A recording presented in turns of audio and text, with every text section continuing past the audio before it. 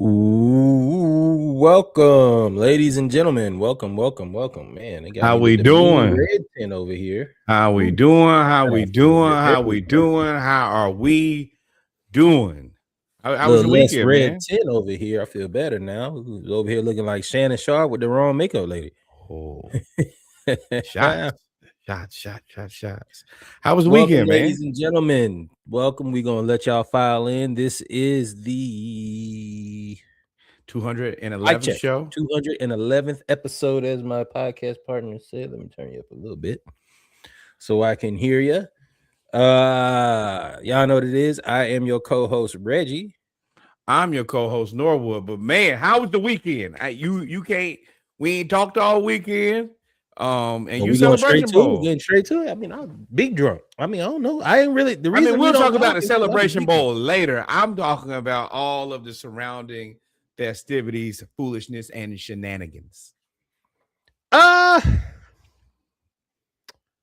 Not many shenanigans for real. They did have the Battle of the Bands. That was cool. They don't really have a whole lot of. It's more corporate, so it's Right. like they have more. Like the SWAC Hall of Fame attendees were here. I did see Robert Bourget. He was out and about. I was like, the oh, Mia okay. folk were here. Now I'll say this, and then we'll talk about the game when we talk about the game. Before the weekend, they've got to figure something out with the scheduling. Maybe push it back a week or I don't know, because PV had finals. PV had finals this past week, and graduation, if I'm not mistaken. Ooh, that's tough. So, like all the band didn't attend. They didn't have the best turnout. Meanwhile, South Carolina State was there. I mean, it's a lot closer trip, but I mean, you're right. Then if you throw in graduation and finals into that, you're right. That is damn near impossible. So that was okay. The Battle of the Bands was good. I would have liked to see more. The Battle of the Bands was good. I want to say it was good. It was good. But outside of that, I mean, it was just good fellowship. A lot of people came in town. Whole lot of family. I met FOMO cousins. I was about to say, man, everything I saw, it looked like Biz was shaking. Like, yeah. In the stadium was crazy. Now in the stadium was crazy. We was in the club level seat. Had a little bunker at the bottom. Yeah, everybody in there looked like they was having a time. On South Carolina State side, they big drunk. I mean, they bought out. You drunk when you run out of liquor. Like they was like, yeah, we ain't got no more reposado. We ain't got no more. I said, sound like my type of party. Yeah. And, we done ran out because of him. Now, him. There were 700 billion Qs. So I think the Qs run the yard at South Carolina State. I think because they have a very large chapter. Shout out to Zasha. They have a large. I mean, very large chapter. They were there, and you gotta think like it is a ton of bruhs, and then on top of that, all the Prairie View people in purple and gold too. So it is.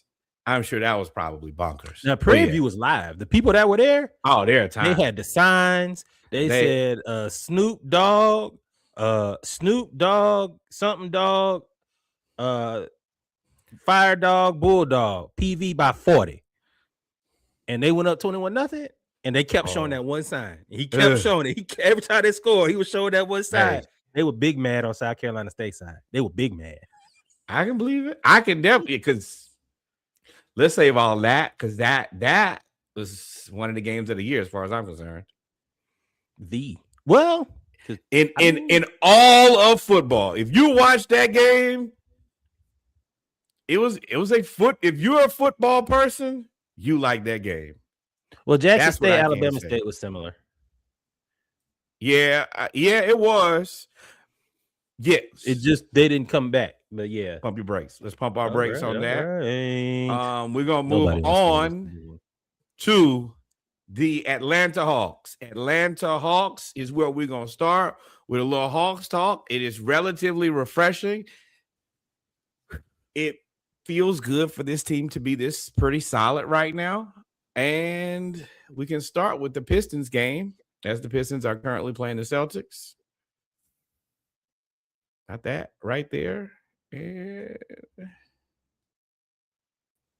There we go. The Atlanta Hawks, and that is not it. It was the 76ers we played first in a tough battle. No, we played the Pistons first. Yeah, and that's what it is. But you just said 76ers.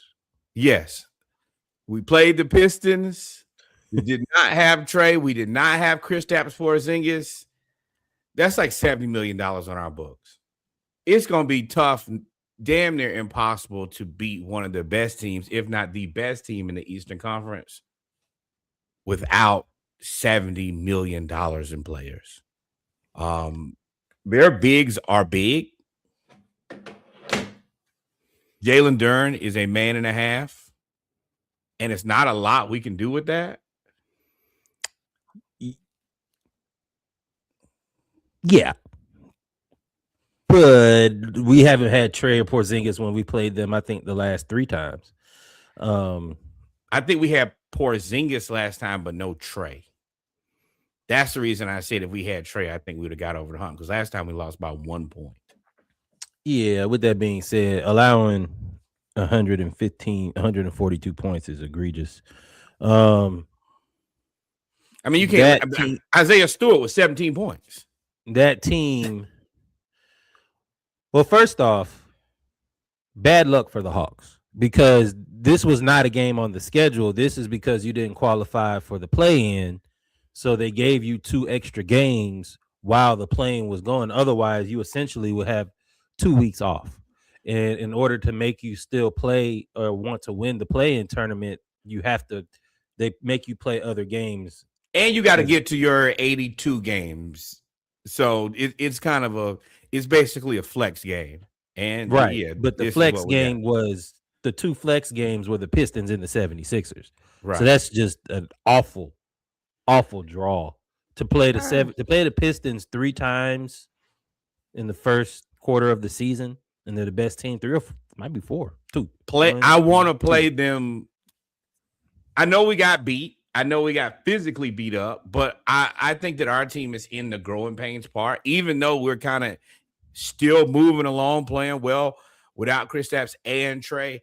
I have really appreciated the growth in this game. Jalen Johnson, another triple-double, 19 points, 11 rebounds, 11 assists. This was his 3rd in a row, 5th of the season. Nickeil Alexander-Walker with 22 points, but the Pistons shot 58% as a team, and we shot 46%. You don't get beat like that. They beat us in the boards. We turned the ball over a little bit. And even going in the half, they were up 69-60. Well, the 3 ball started falling. And that for them was kind of the separator. They shot 41% from 3. If they can shoot threes, they're impossible to beat unless you're when you do that along with Jalen Duren, who for the most part we actually did pretty well against him. In this game, he only had 7 rebounds. They didn't kill us on the boards like they had before. They only out rebounded us by 3. Cade Cunningham had 15. It's just the fact that everybody scored for them. They had 1, 2, 3, 4, 5, 6, 7, 8, 9, 10, 11, 12, 13. All 13 players scored in this game. 1, 2, 3, 4, 5, 6, 7, 8 players in double figures, 2 players with 9 points. It's like, well, I mean, and we can't do that short 2 bodies. Yeah, we can't do that short 2 of our the most expensive bodies. That Luke Kennard. Luke Kennard. Listen, I keep having to have these come to Jesus moments with you. This sounds like when they put you on that Quinn Snyder, whoever when they put you on that performance, they put you on the performance interview. VIP. We passed that. We've been on that. We was on that a long time ago. Quinn Snyder, Dan Quinn Knuppel. Whoever this Quinn is that we got, we need to all have a sit down with HR, because you keep putting Luke Kennard out there as the second ball handler, and let me tell you what they saw in Detroit. Food. Feast. Oh, yeah. They were ripping him at half court. He couldn't do anything. And it's like, bruh, Keaton Wallace, he was in there. It's like not having a ball handler. This was the game. It was like, damn, we really missed Trey. Like, this was the game. It was like, damn, like we need somebody. We miss Trey, we miss Kobe Buffkin. It's not that we need that much, but you got to have something. And currently, We have nothing. And it's just it ain't gonna work. Like Putting too this much on team, Jalen too. yeah, Ain't gonna putting too come with much it. on everybody. You asking Dyson. Dyson is a primary defender, maybe third ball handler, backup point guard, and backup point guard. You're asking him to be the primary offensive initiator in half court offense, and then be the lockdown guy defender that you need on defense. The I mean, kid is he gave Cade a lot of problems. Cade was 5 of 10, but he kept oh Cade. He figured it out with Cade. Not figured it out. Nobody can figure out Cade, but he denied him. Denying Cade, that was actually a really good defensive strategy, was denying Cade. I don't understand why. What is this dude name? What is his name? What is Ronald Holland? Roger Holland? Ronald Holland, the second, the Ron third? Holland. He was like number 7 in the draft last year. So yeah, the kid's good. He's just Yeah, trying. he whoops our he beats our whole bench every time we play. He just hustles. He doesn't do anything special. He doesn't do like crazy moves, or he doesn't like get to the basket at will. He just is one of them kids that you just didn't get Ritalin, and you just say, "Hey, go focus on sports," and he just runs up and down the court the whole But game. I mean, the other part is he's just better, like legitimately, just a better basketball player than the guys on our bench. If I remember correctly, he's a top 10 draft pick. So yeah, you put him on the bench, he's a problem for guys we got guys on scholarship. Also, as good as yeah. Veet is, he ain't Ron Holland. Yeah, V was 2 or 5. He played 29 minutes. The thing is with this team is the worst case scenario you can have is Jalen bumped knees with Tobias Harris on the second play of the game, I want to say. And he just had no lift on his shot the rest of the game. And he still played, still got a triple-double, but he got an ankle issue too. He's got an ankle issue too. He has 6 turnovers, and I think it's in the same leg. And unfortunately, that you could tell his explosiveness in that game, he was kind of cautious with that. So, it is what it is. I'm, again, just like you, I ain't really putting too much into this loss because we're shorthanded. And for the first time, Detroit was fully healthy. Yeah. So, the number one team in the East with a full complement of players and us it's not going to work. And we're not that good. And I don't mean that in a way that it's like, oh, I don't believe in my team or anything.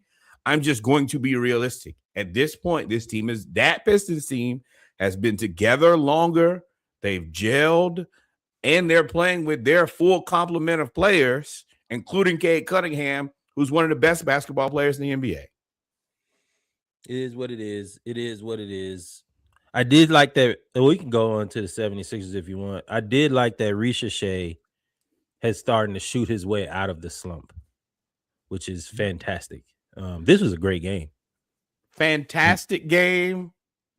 I have to start here with the 76ers. Woo. Beat Elijah on. No, hell no. Paul Pierce.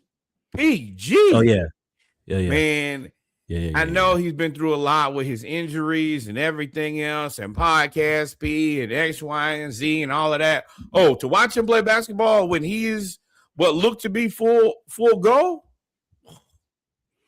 It was one of them games where you challenge your unc and you've been challenging for like 6 years and he won't play you, and then he's finally healthy, done had the surgery, he did everything, came back out there. And your uncle is also, and your uncle used to be that dude. That's the part that you forget. Like, your ass. He was always better than you will ever be. The only thing you had was youth and physical exuberance and health. But I mean, he torched us like 15 in the first half. He just wasn't missing.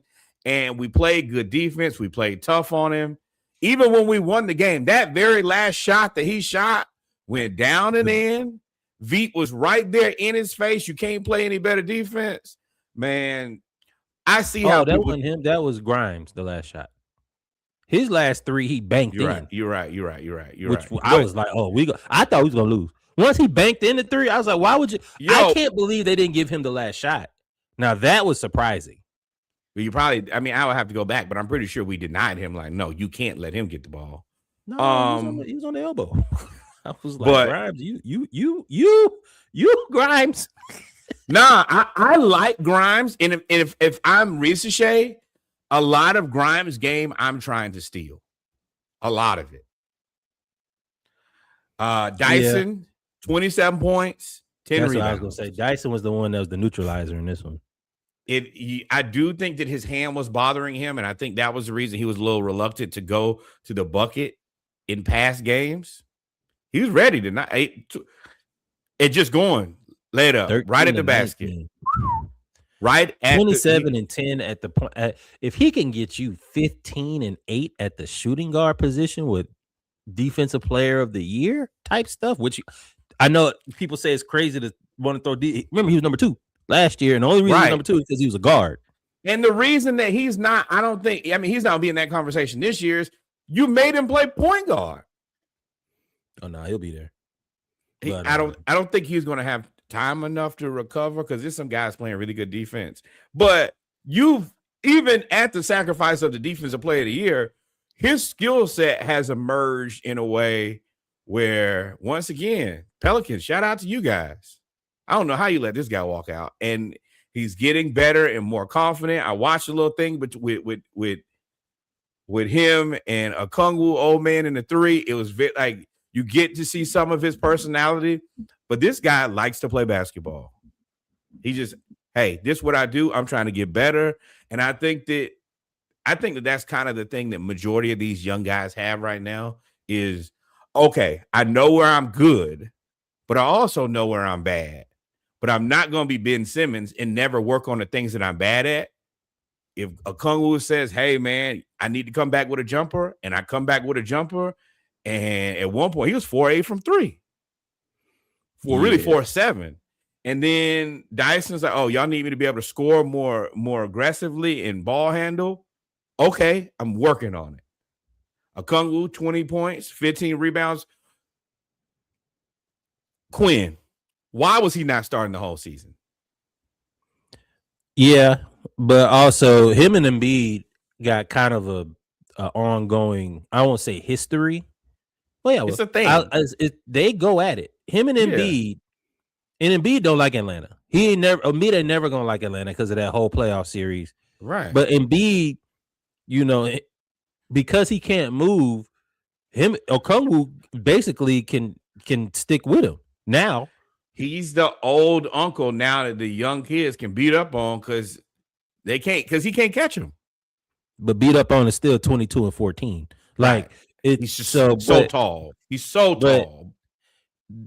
The game changed because VJ, if you remember, VJ Edgecombe first half was Jimmy Butler. He looked just like Jimmy Butler. He was going silly in the first. I think he had like 18, like he had like teens. He had like 15, 16 points in the first half. He's good. He only ended up with 26, and he went really cold in the second half. But in the first half, I was like, all right, now he done dunked on us, whipped the ball, got an alley-oop, and then hit 2 threes. 2 step. Well, he needed Maxey to take a little bit of pressure off of him. No, Maxey did help us out. Barlow. Right. Barlow played his ass off. I think he was like 4, 5, 9 rebounds. I was like, damn, bro, you felt him and Jalen go at it. So him and Jalen, I can tell that they used to play against each other a lot. And I wouldn't be surprised if it's more of a friendly rivalry. Like we gonna make sure you get paid too.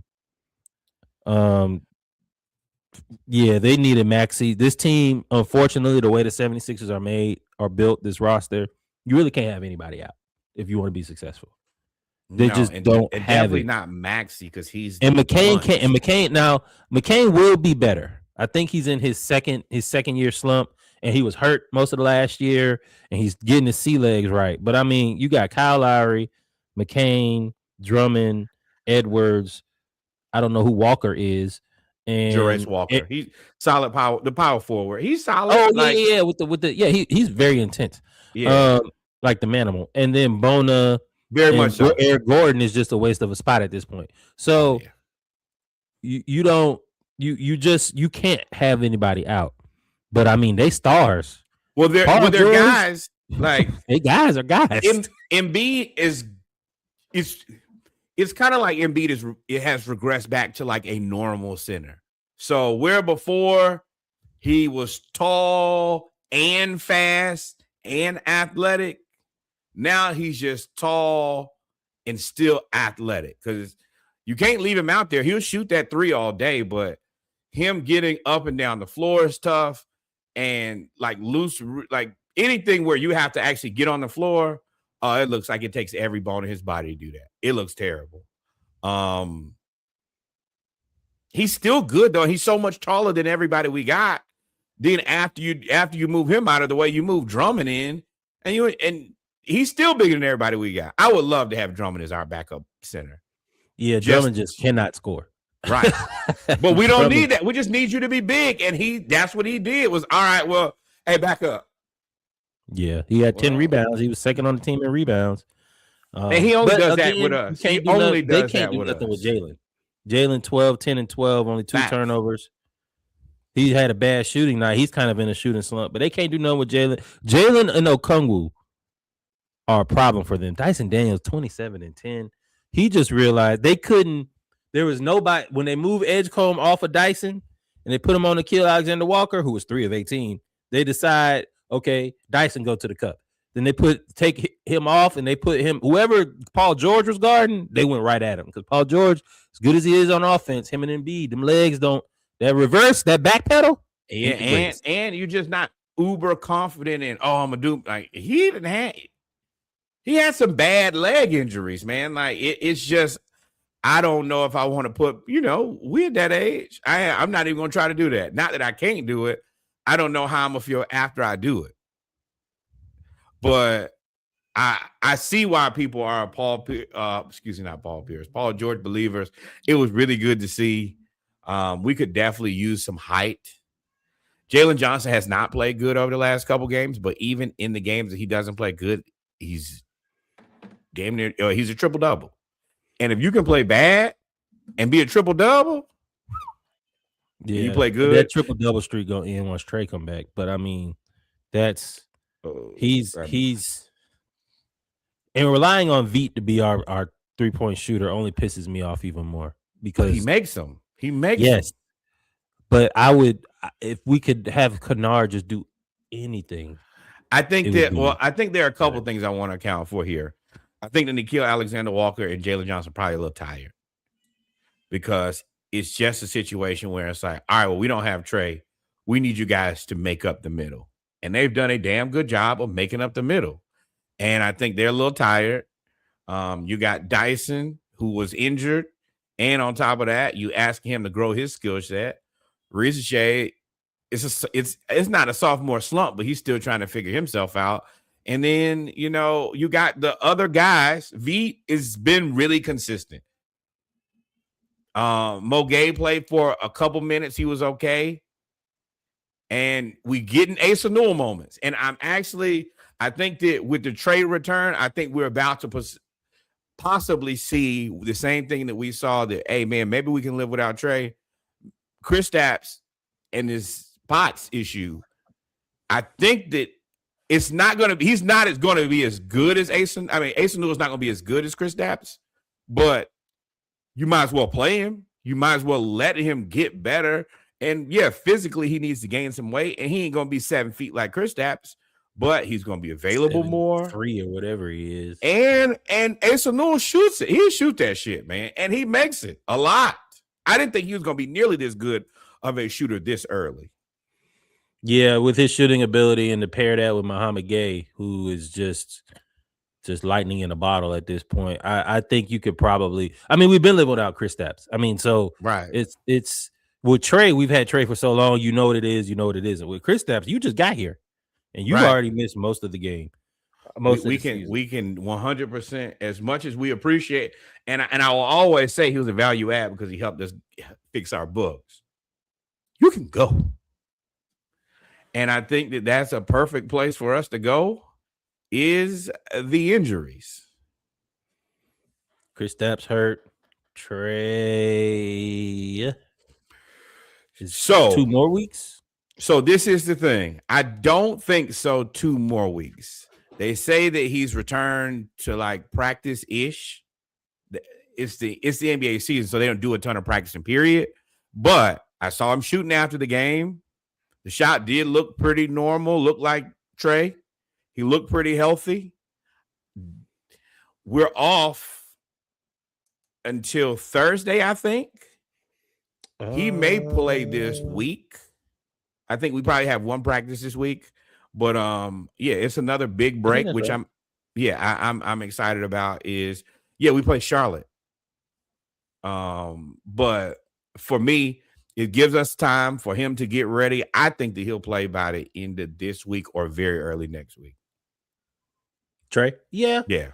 I would like to see Quinn. If he's practicing, we should be figuring out how to bring him along without messing up the flow of everybody else. But no. He's doing individual drills. It's during basketball season, maybe this week because they've been off. But I think that they're probably trying to do their best to like rest guys because you've asked guys to do so much while Trey and now you're gonna have to pace yourself with Porzingis being out. So I think they're trying to take it easy and not have a ton of practices.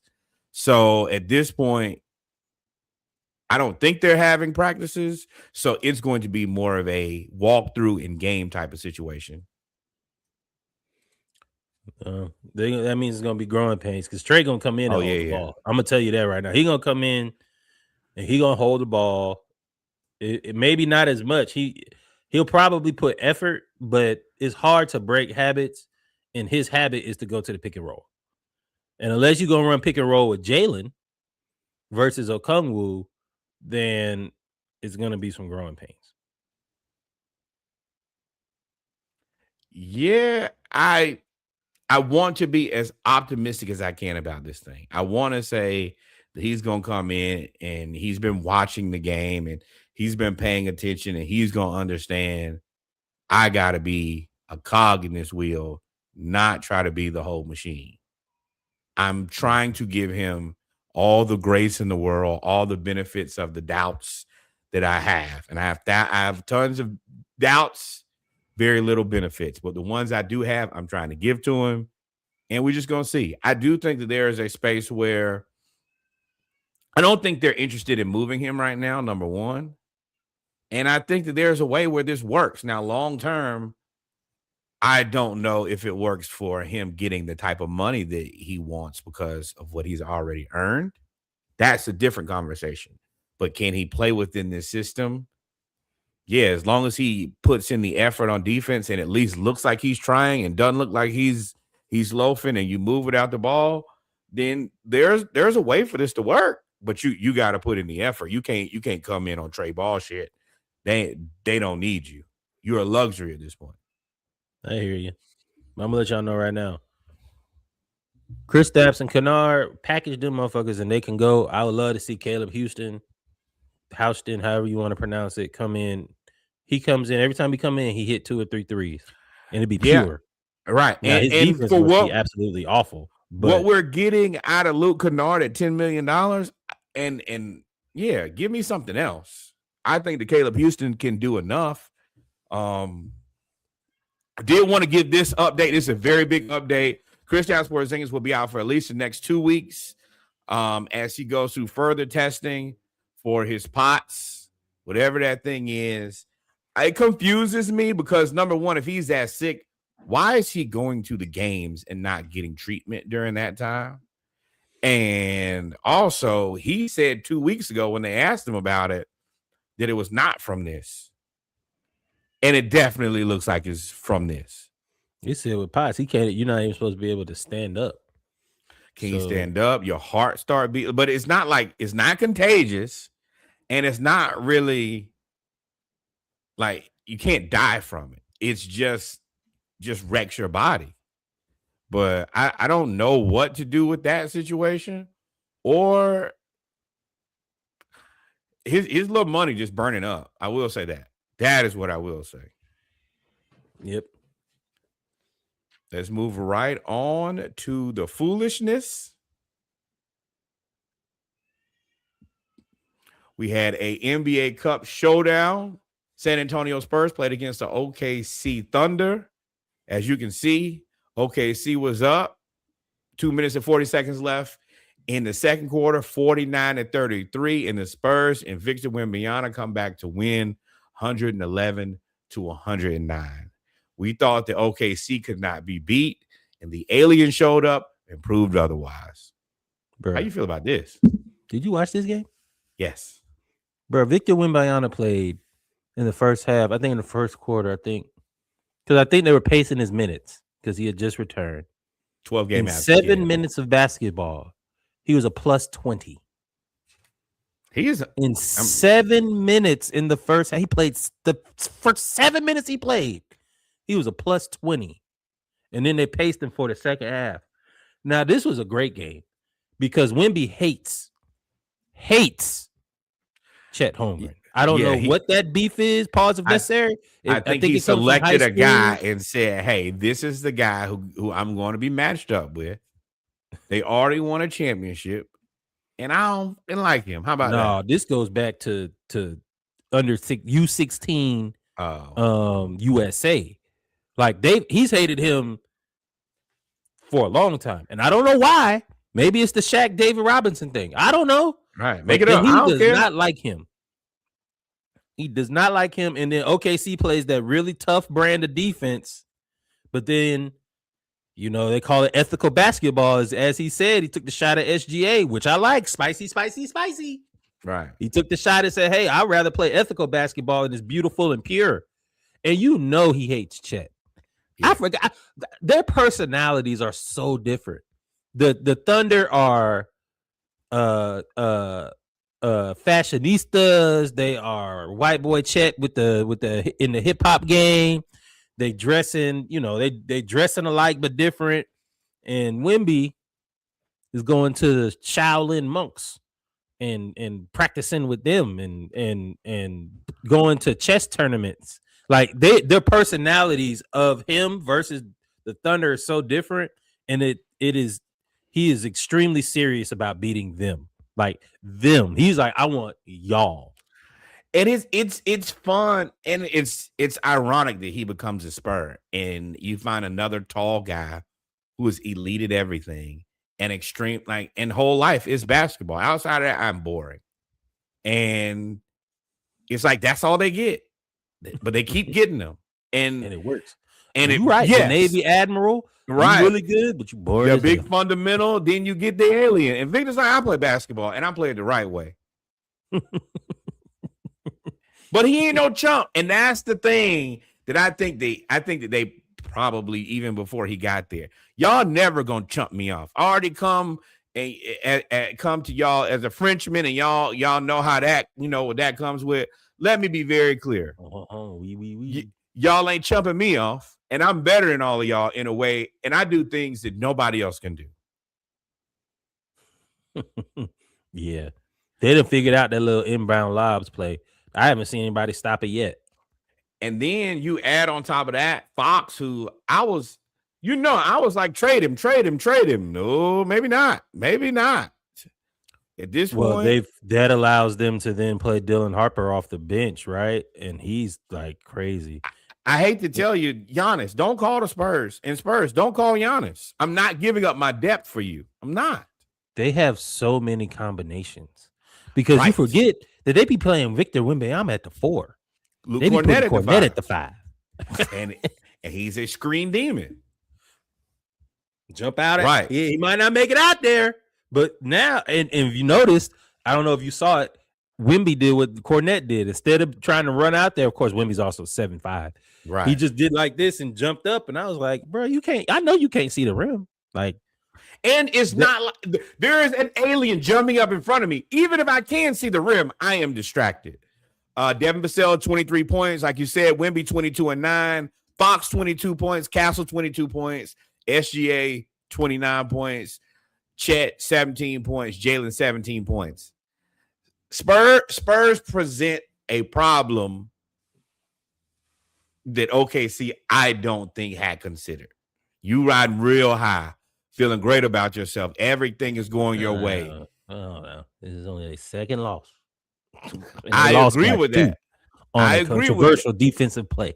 I agree with that. But you guys also have, as this Spurs team, as they figure out their rotations, They're All right, going cool. to. They're Cool, going to cool, get cool. better. And all I'm saying is, there was a point where we were like, okay, see, no chance for anybody. Now it's like, and good, better, and different. This would be a hell of a series. Oh, okay, see, fine. Okay. Y'all have shortened the gap to make it uncomfortable for us. You know what I'm going to do? I'm going to take this bevy of draft picks and some of this depth. And then you don't want Giannis? I take him. No. Then what you going to do? Maybe, and I can afford him too. Maybe because all you will probably have to lose is Hartenstein. And as good as I think the Hartenstein is a really good value center, he can be a sacrificial lamb. Yes. And at the end of the day, Vic gonna get Vic. Like, you're not gonna be able to stop that. But what you can do is stop everybody else. Vic can get you 60, but if they score, I'm gonna tell you, because all the trades still have to be approved by ownership. I don't think for 1 minute the NBA owners are gonna. You said what? No, gonna be like, hey. No, yeah, right. No, somebody is going to hate, and I don't really have that big of an issue with that, because you think we just going to let and not have to lose anything is where you really get into the foolishness. So you think I'm just going to let you get Giannis and basically pay in futures? Hell no. In other people's futures, right? Not ours. We right. And we still gonna have picks now. No matter what, we still gonna have picks. Yeah, this is gonna be fun.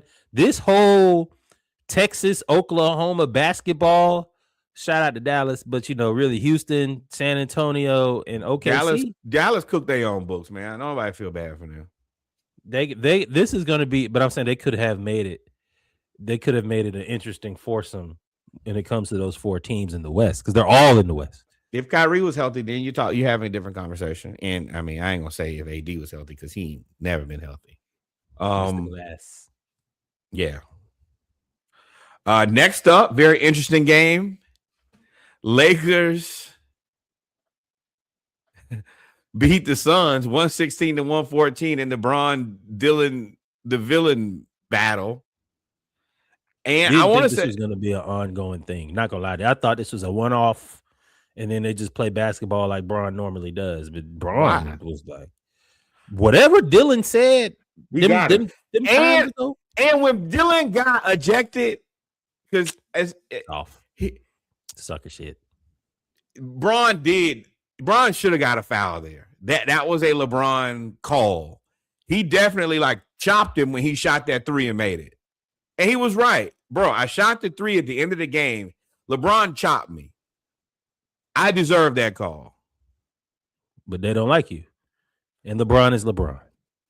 And that's the juxtaposition between if I was more likable, I probably still don't get that call, because then he's a nobody. That's the thing that I say about Dylan and Draymond. If they were just quiet, regular basketball players, who wouldn't care? They wouldn't make $30 million. They would be they'd be role player money. Right. That persona is what got them paid. You may not like it, and I get it for the people. It could be off-putting. And even for his teammates, sometimes I'm sure it's enough, but it's like, bro, this persona feeds my family. But the thing is, he ain't even do nothing. Like when he fouled LeBron and he just hit the ball away, he didn't even try to swing at LeBron. And LeBron went and bumped him. Like, whatever, that's what I was saying. Whatever he said the first time. 100% is under LeBron hates him. LeBron, and he ain't even really say nothing. He just said, yo, everybody, what'd he say? Oh, he called him old. I think that LeBron is what we know about LeBron is a very self-conscious person.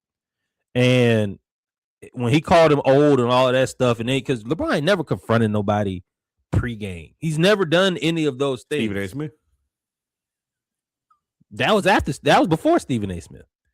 So LeBron had never done that. So it's like, first off, I've got you. That's why he laughed at him. I got you out of character. And now every time we play, you're going to be out of character? And that's an accomplishment. That's an accomplishment for a guy like Dylan Brooks. Yeah, you're going to remember me forever. Right.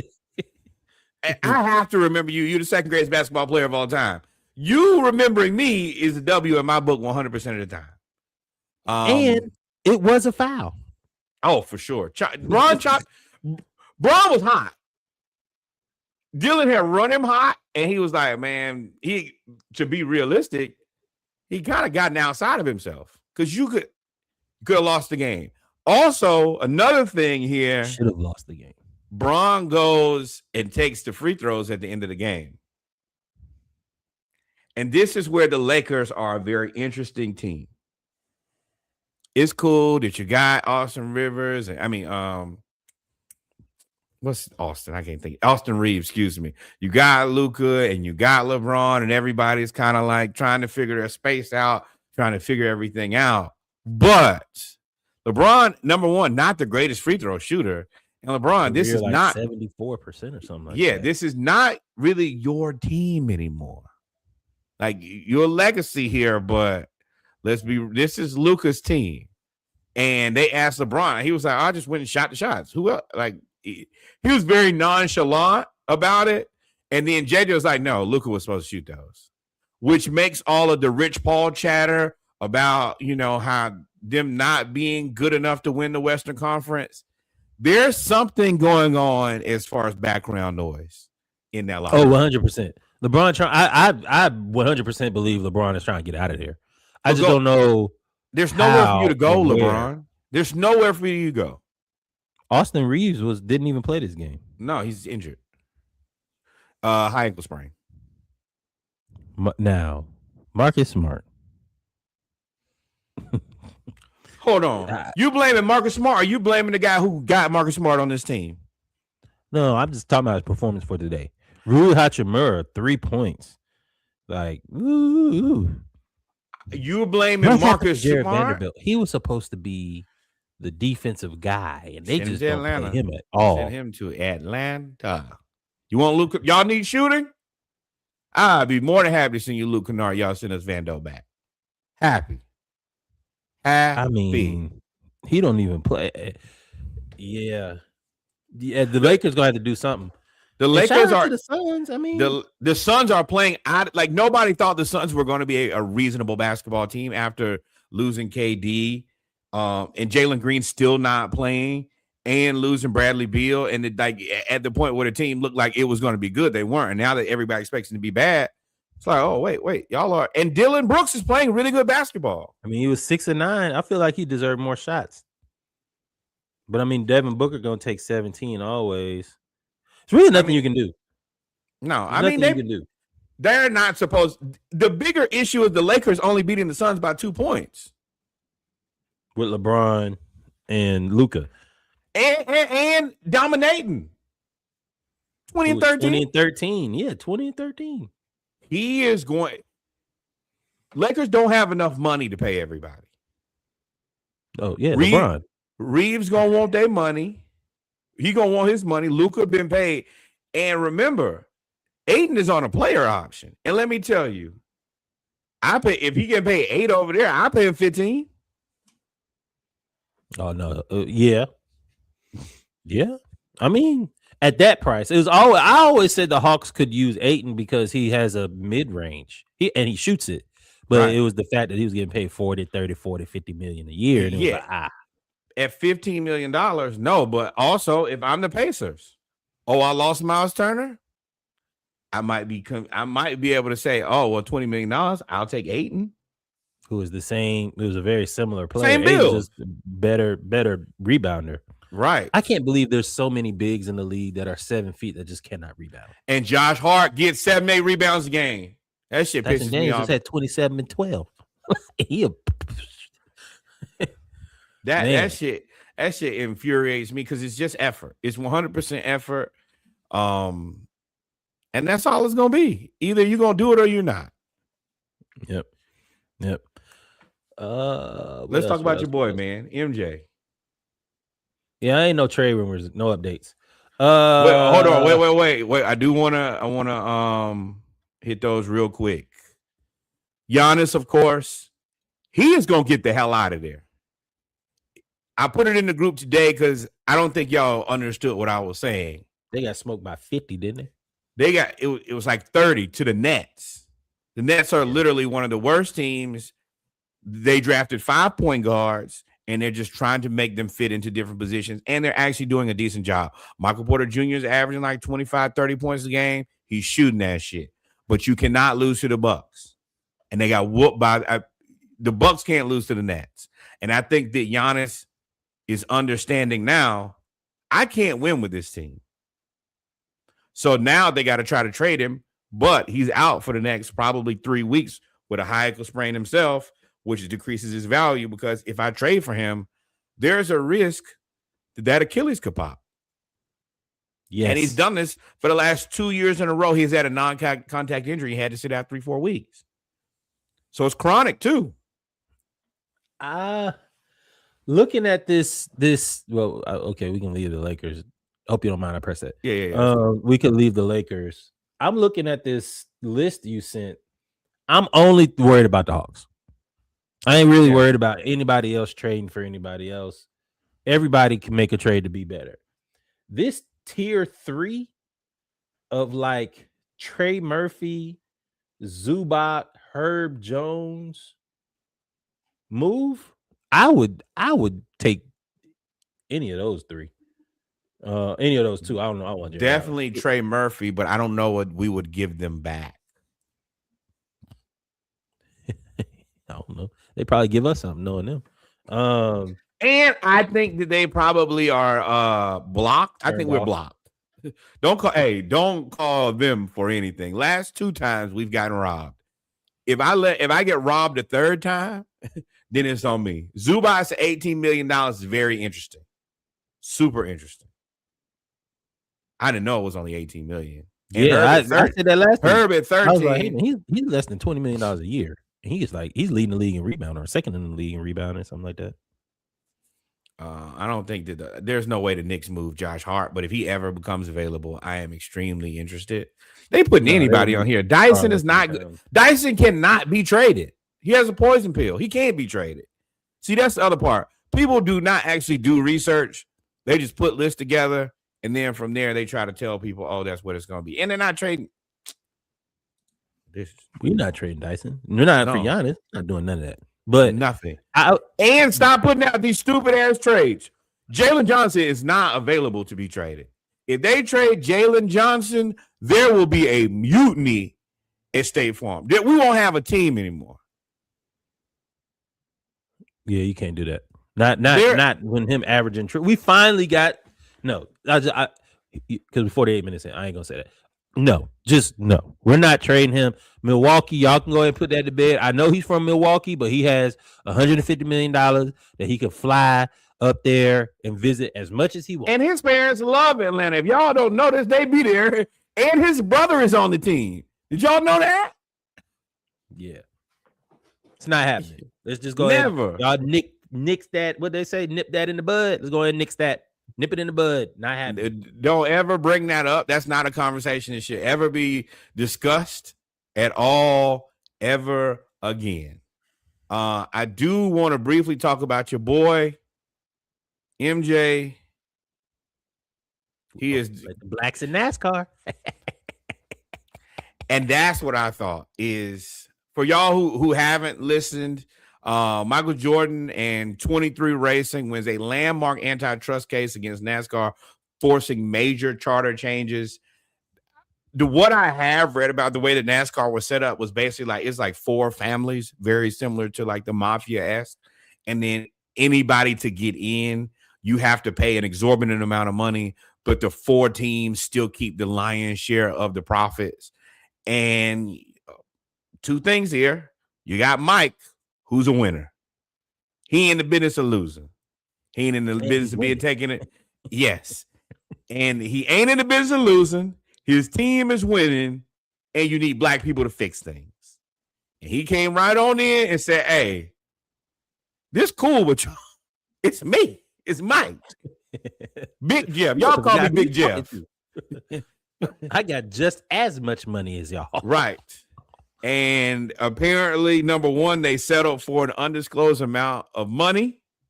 The second part is they have a more reasonable revenue sharing I'm about to say it was really about changing the revenue share versus him recouping any money. Oh, but it's Mike. If it was anybody else, right, sure. Just as long as we treat it equally. No, Mike wanted back in blood. And I got Bubba Wallace. I done took Bubba Wallace. I done took the right. Well, I won't say that. I done took the closest. Nope, I won't say that either. I took that from y'all and put him on the home team.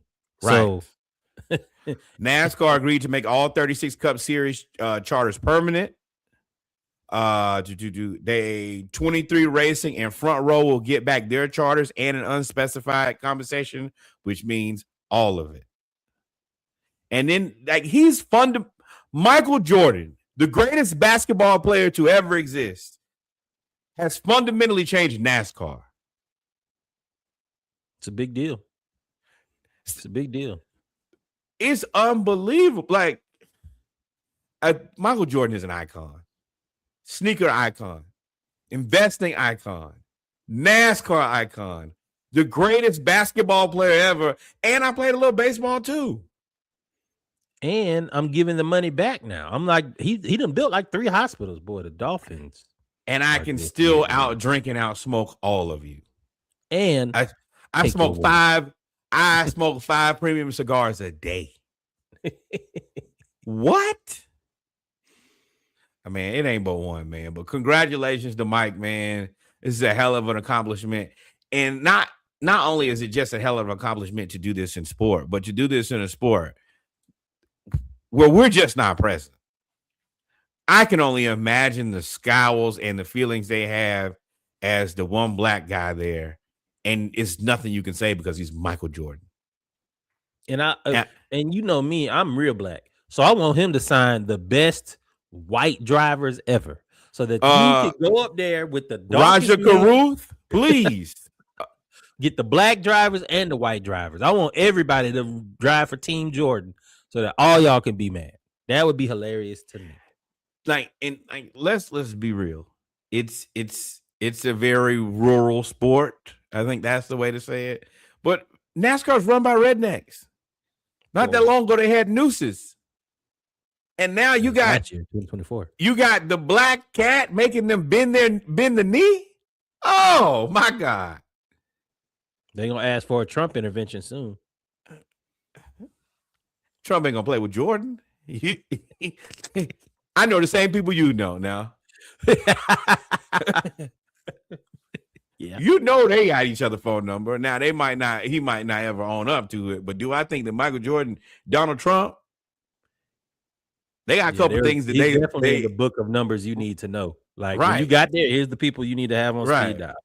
Michael Jordan's one of them. Right. But I think that is it for the Mike check.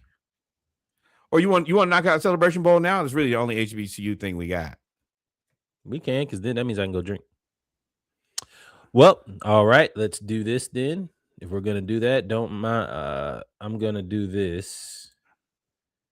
Oh, wait, hold on. Oh, you know what? Go back to just us. Right, and then do that. Bam! There we go. All right, now before we do that, I'm gonna do this.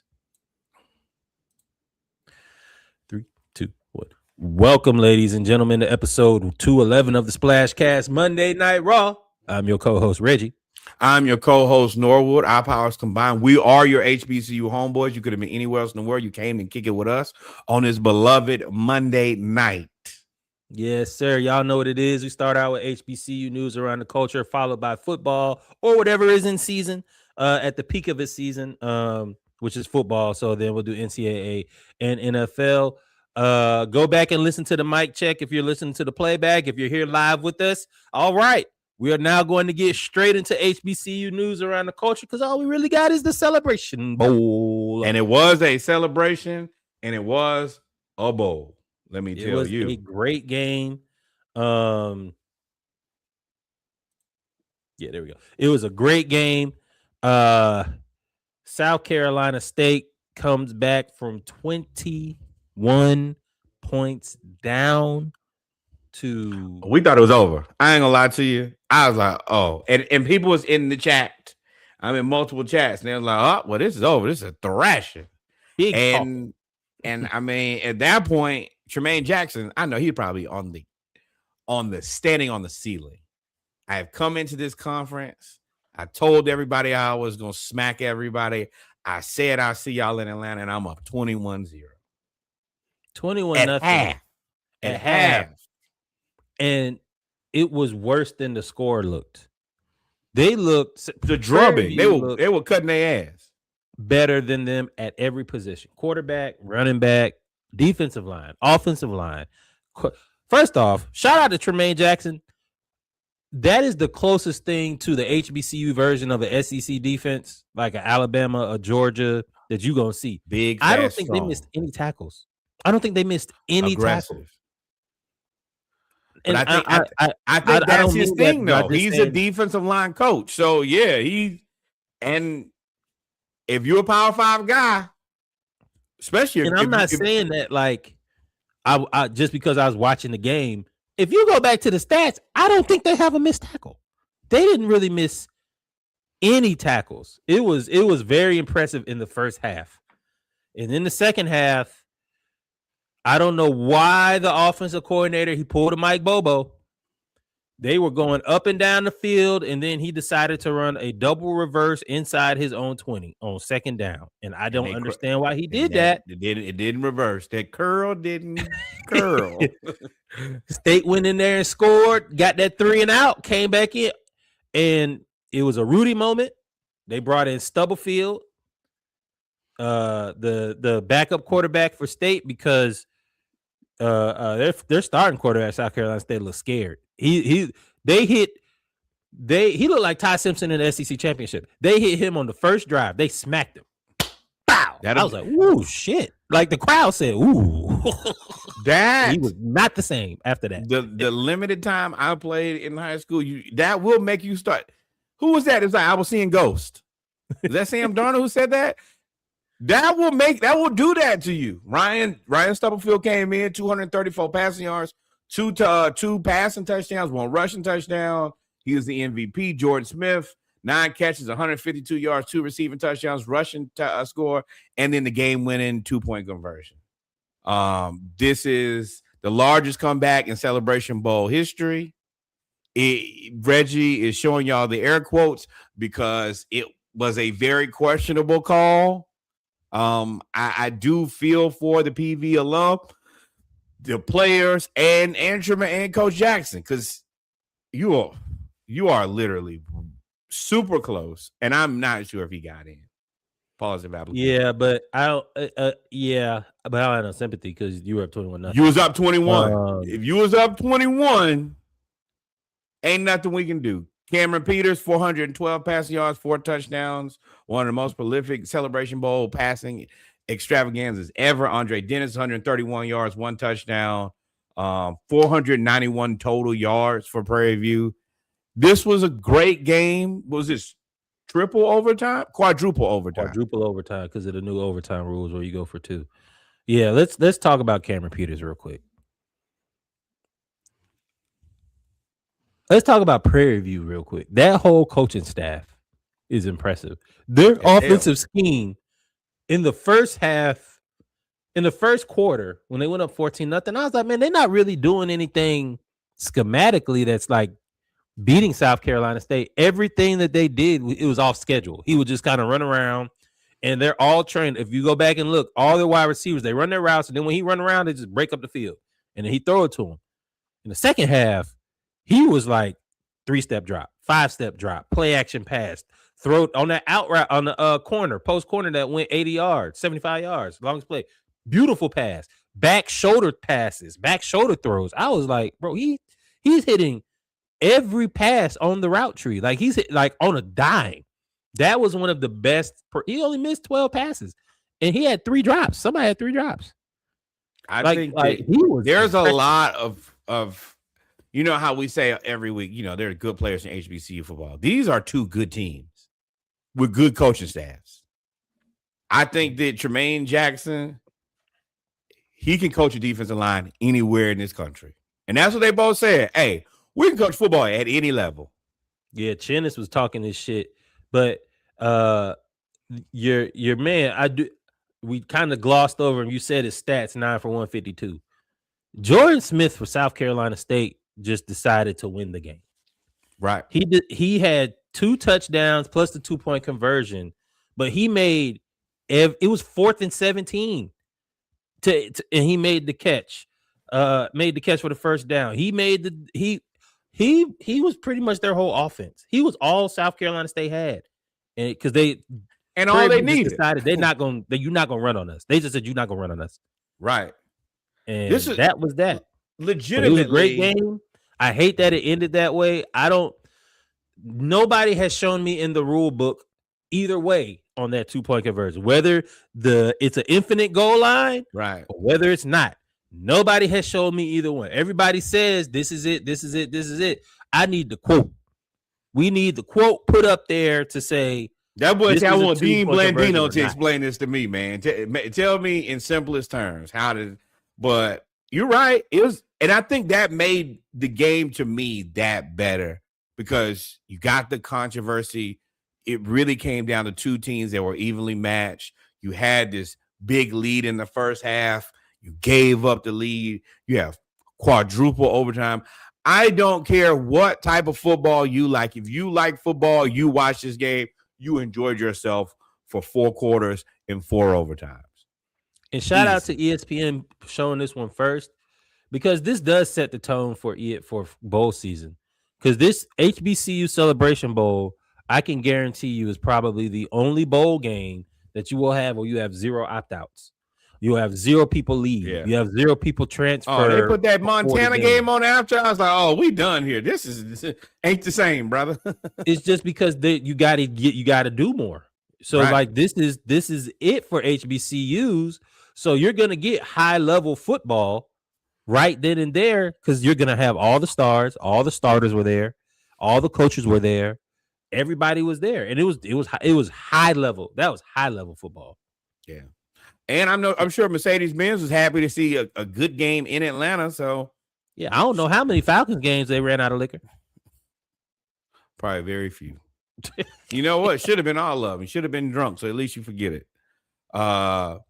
I found it very funny. Coach Berry talked about in the post-game press conference how they interviewed all the coaches in the MEAC and they talked to them all. And of course, you know, they have the additions of Deshaun Jackson and Michael Vick, and they were basically asking them 20 or 30 questions. And he said, they get to me, ask me my little 2-3 questions and move right on. And he says he didn't say anything about it, but he definitely, you know, that was a big motivator for him. The only thing I can see in my head is how Michael Jordan was sitting there with the iPad. He was like, well, I took that personal. And for him to bring it up, he's sending y'all a message that he sees y'all, he understands y'all, and it's all cool. Now, I think that Deshaun Jackson, Michael Vick might be collateral damage, but also, hey, man, I'm here to do a job. If you in the way, you in the way. The MEAC goes through Orangeburg. The SWAC goes through Prairie View, Texas. Y'all better, when you play them 2 teams, you better strap up, big dog. Pause if necessary. Buckle that chin strap because they, in South Carolina State, that defense in the second half, they played pretty well. Yep. I also have a ton of respect for the way that Coach Jackson handled the loss. He didn't blame anybody. He said, hey, man, we came here to do a job and we did not get the job done. Now, I am proud of my team because we came in and won the SWAC. We set the expectation at doing that, and we did it. We got here to Atlanta. I'm not going to hate. I'm not going to have anything negative to say, even on the controversial play, which a lot of coaches, I think, would have potentially blown a gasket. We just didn't get it done. And that really showed me you just never know how people are going to react in a situation like that. And for him to react that way, I was impressed. Now, the scary part about this is these guys probably should be coaching somewhere else. Yeah. But I also think, I think Chennis may be the HBCU guy. Like, I think South Carolina State, hey, y'all make sure y'all give. Because if y'all give them the resources, him and Buddy Pugh were crying. Buddy look like, oh, this is You know how that you and your dad, y'all never, he never really that impressed with what you do. And then that one moment when he like, you know what? You did a good job, son. That's how Buddy was looking at him like, this is my successor. South Carolina That State, joy. low key, the Steelers of the MEAC, bro. They've only had 3 Hey, coaches in 80 years. So hey, but y'all need to find a way to give him more money. He does not lose a lot of games. And let me tell you, I don't know if it's more money. I think it's just invest into the program. I think if you can I think both of these guys have the gift of gab. Like Chinnis will make you run. I was sitting next to the former players. I sat next to, I don't know how, but I sat next to like 10 former players. They were all like, bruh, we went and talked to him because he brings them all back. I was ready to go suit up, and I'm 39. He's polished. He's pristine. It's no fluff. We here to do a job, and we gonna do the job. And Jackson's the same way. But they're different. You could tell Tremaine be getting with them boys. Yeah, but I'm saying the philosophy of like hey, they bring everybody back. Yeah, and I'm gonna motivate you to be better.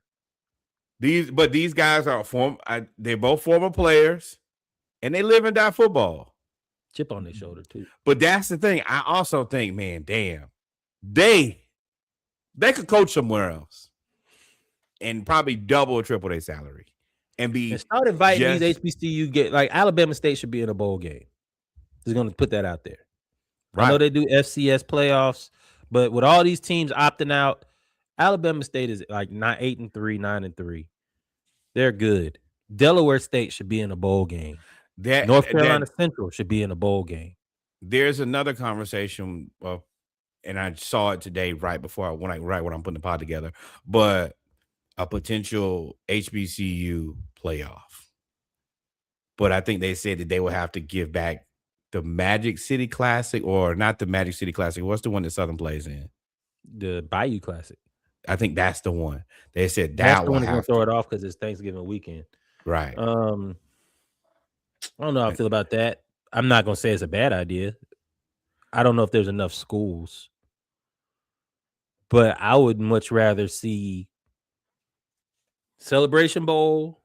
Then if you're going to have it that weekend, maybe if they play on Saturday, Thursday, you have the runners up. Or do them in another one. Like let Atlanta have the Celebration Bowl, and and that's what I'm saying. Either way, it doesn't matter. But Jackson State plays Delaware State, or Alabama State plays Central. The top 3 of each is what I'm saying. Play against each other, and then you still have Black National Championships and all of that stuff. But these teams deserve to have a postseason. Deserve something else. Like it's just not, we didn't win the SWAC or the MEAC. Season over.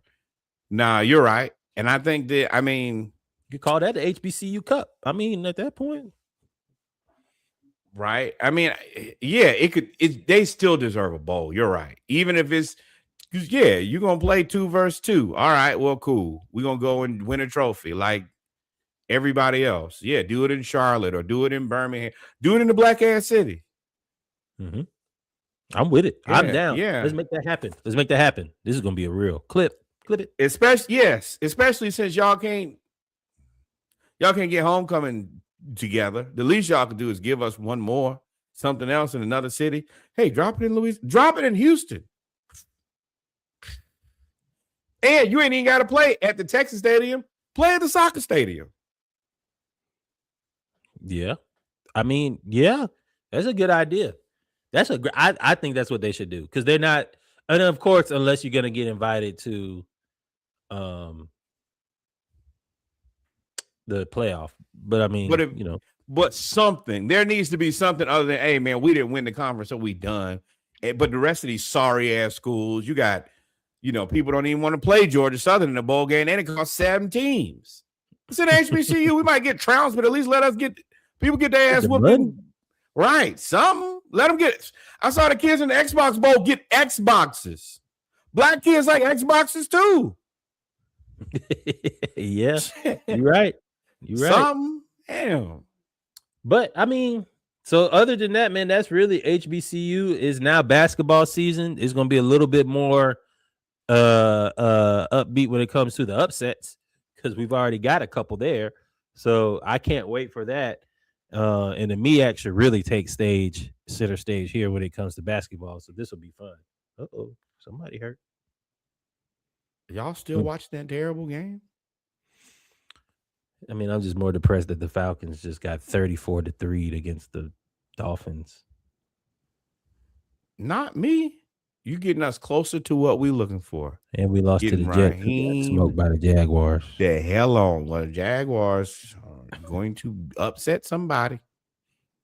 Oh, ladies and gentlemen, we'll be back with football because that's the pro version of Indiana for Norwood is the Jacksonville Jaguars. Oh, when I said they're going to upset somebody, I mean they're going to upset their fans when they start believing in this team. There's a scam. Oh, I thought you meant upset somebody in the playoffs, like the team. Oh, hell no. Hey, clip that. Hell no. I think they trash. But they winning, and the other team got some like Uncle Granddaddy out there. So, yeah, that's what's going to happen. But what we're going to do now, let's kind of talk through this. No, I want to be sober to talk about Sharon Moore. Then we will take a break, and I'll become Cutwater Shawty. I'm drinking because we're gonna have a real conversation. Ooh, all right, we're gonna get spicy. All right, we're coming right back.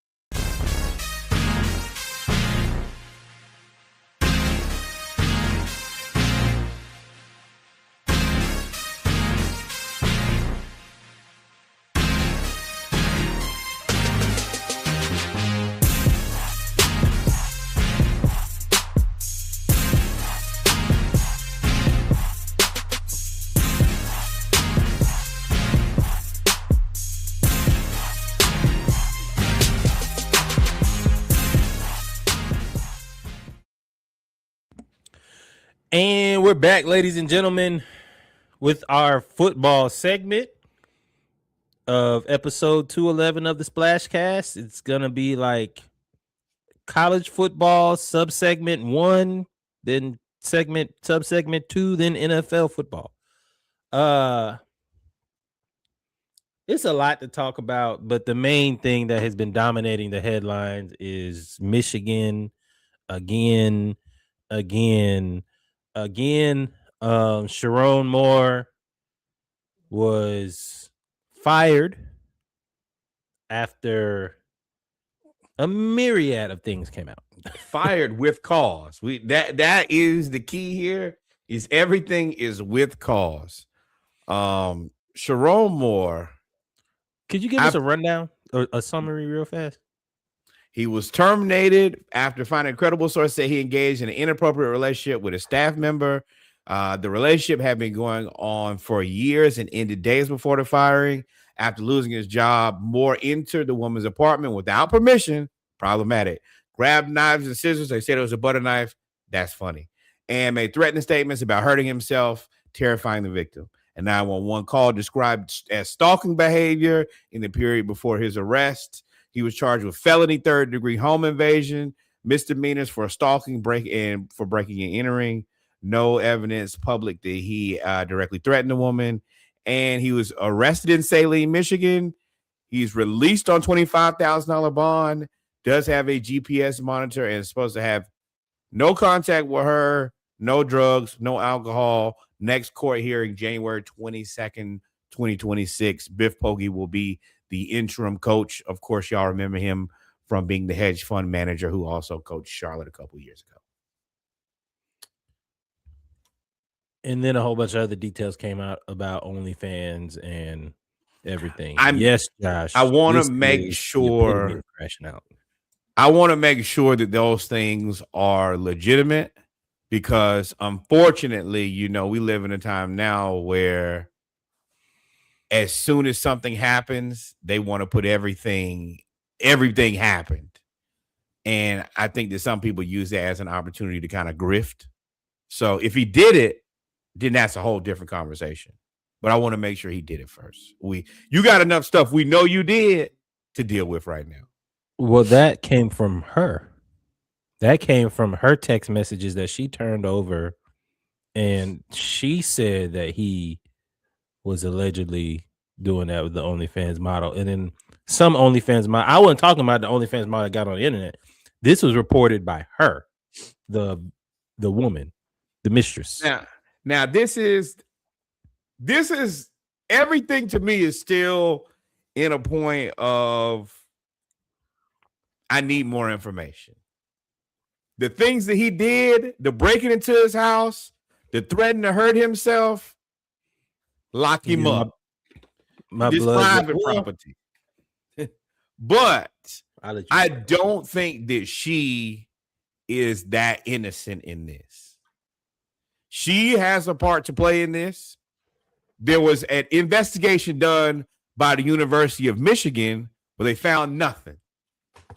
And they investigated and asked both of them.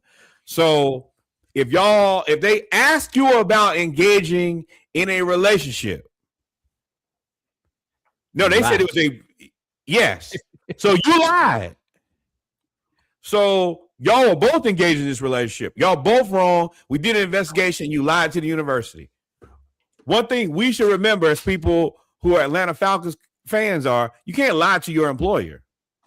Same thing happened with Michael Vick. You lied. Calvin Ridley. Well, Calvin Ridley, I give a little bit of grace because I think that his family was trying to do him bad. But she's complicit in having a 3-year relationship or whatever time. This is a long-term relationship. Now, this calls into question the university. How did y'all not know? But Twitter surely know. If y'all go and look, there is a man who I think I'm trying to put the right way to say it. He's not a fan of black people or brown people. Well, he knew this. And he outlined this 2 or 3 weeks before it happened. So people knew about it. You hired this company to do an investigation. They came back with nothing. That makes that company look crazy too. And it makes it look like the University of Michigan was complicit in this. Everybody has a part to play. And he doubled her salary. She went from making $45,000 to making $90,000. So I'm not excusing anything that he's done. Oh, no. You can't do that. What he did it's crazy in terms of crashing out was wrong. What he did in terms of having a workplace relationship is wrong. What he did with cheating on his wife. They were wrong. They were wrong. They were wrong. Let me ask you this question. Shoot. By the timeline of events, she ended the relationship 2 days before going and essentially singing and turning over all the evidence. Why? What would what could possibly have happened to where you ended the relationship and then you go and purge not only him but yourself? Oh, I know the answer to this. Many moons ago, Yes, I was a that is different exactly where I was going. Thank you, viewer Josh. The boosters conspired against him to make this into a controversy. Here's why I bring that up. You remember when they kept making him coach with no contract? Yeah. You remember that? And I kept saying, hey, this don't make no sense. Y'all making this man coach a whole year with no contract. I said, that means they don't want you. Right. When they don't sign, look at all these other coaches that they've signed in the offseason. Right? Controversy included. Look at all these other coaches that they've signed. They signed them immediately. It wasn't no, hey, coach the first 5 games and then we'll see. Hey, it was none of that. And I was like, bro, that don't seem right. And then, go ahead. There are so many different things here, which kind of leads right on to the next part about this. The whole entire program is under they fired the GM, by the way, the athletic director too. Yes, but that's the reason it's true. There's so multifaceted to me. On one hand, I do think that I think that a lot of people knew about this, and I think everybody knew. And I think they were like, oh, well, this is how we can get him. I don't think that the athletic director knew because it put him, or I think he knew, but I don't think he had proof. And I think it put him in a bad situation. I can't self-report this because eventually I'm gonna get fired. If I report this, I'm gonna get fired. He fired the man with no security. But he brought him into the office and said, you're fired. Normally when they walk you out with a whole lot of people. And he left and went immediately to her house. That told me, I was like, oh, he knew. I've also been in a position where it's around the holidays. You have this relationship that you are in, and then you may have a chick on the side and you doing what you're supposed to as a monogamous man in a relationship, and the side don't like that. Oh, I got to go be with my kids. I got to do this with my wife. We're going to these Christmas parties. I don't know what he's over there telling the side chick. You know, people get the line. We're going to be together and I'm going to leave her and all of that. And people get fed up. Ain't no way you believe that lie for years. This wasn't no 6 months. Reggie, you using your rational brain. I've seen people believe it for years. Oh, man. And everybody knew. I'm trying to be like politically correct, but it's like there's some setup in there for sure. It was. I told y'all it was a setup from the. That's why I keep going back to when they made him coach with no contract. I was like, bro, they're gonna fire him. I just didn't know how. But you knew that they were gonna fire him because they kept not giving him a contract, but he kept beating Ohio State. He kept winning. Like he beat Ohio State. They weren't good, but he beat Ohio State. But you also got to know the fall man for Harbaugh. So you had to kind of keep him there for that because Harbaugh screwed the pooch, and they had that whole thing going on with the gate, the spy gate, and stealing signs and spying and cheating and all of that stuff. Wait. Also, remember he had to sit out games before for improperly paying recruits, buying hamburgers and shit. Remember that was a whole dip. There are 5 of these, and he deleted the text messages. But then he turned them back over. He found them and turned them back over, and there was nothing wrong with them. I was like, Brady, this is you gonna find. You can get this phone if you want it. All these, but yeah, and to me, go ahead. I think that this is where Michigan is a house divided. I don't think everybody wanted this because this ain't the time for it. Because now it looks super crazy, and I think that this is more alum than the school.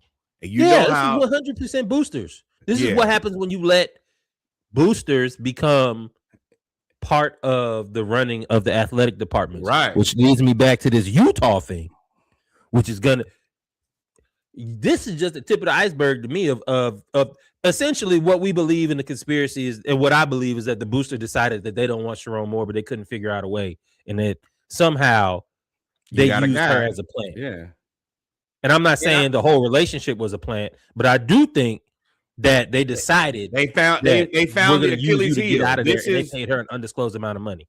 This is my way to get rid of him. Now, I don't think that this was great management for her either, because I mean, she looks.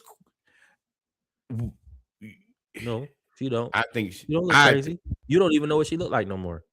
She gonna disappear off the face of the earth in 2 months with $20 million for the rest of her life, and she gonna go get a nice regular man. If you got $20 million, then you ain't crash out. You crashed in. You crashed into.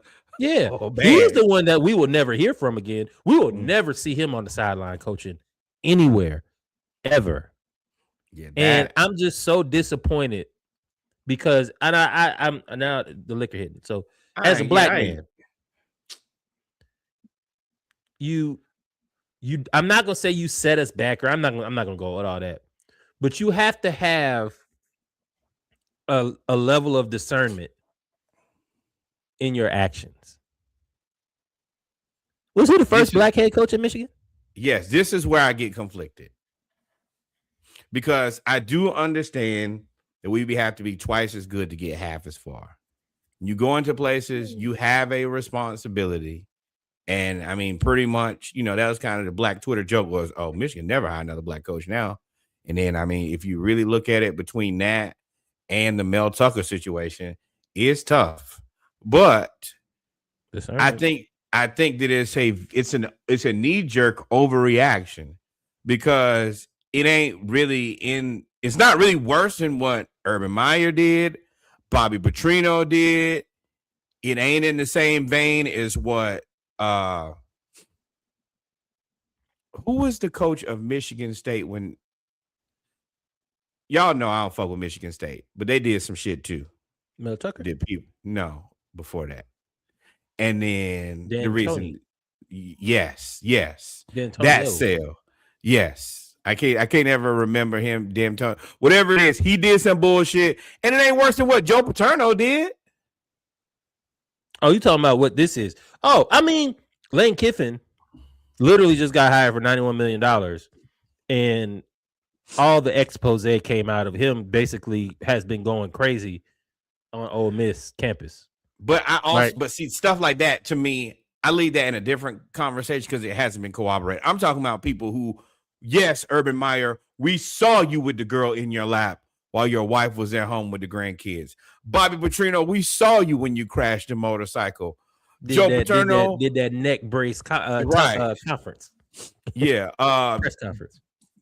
Joe Paterno, you let your boy run wild, like all of those things, or was that Larry Nassar at Michigan State with the gymnastics? Like, there are coaches who've done just infinitely 10 times worse.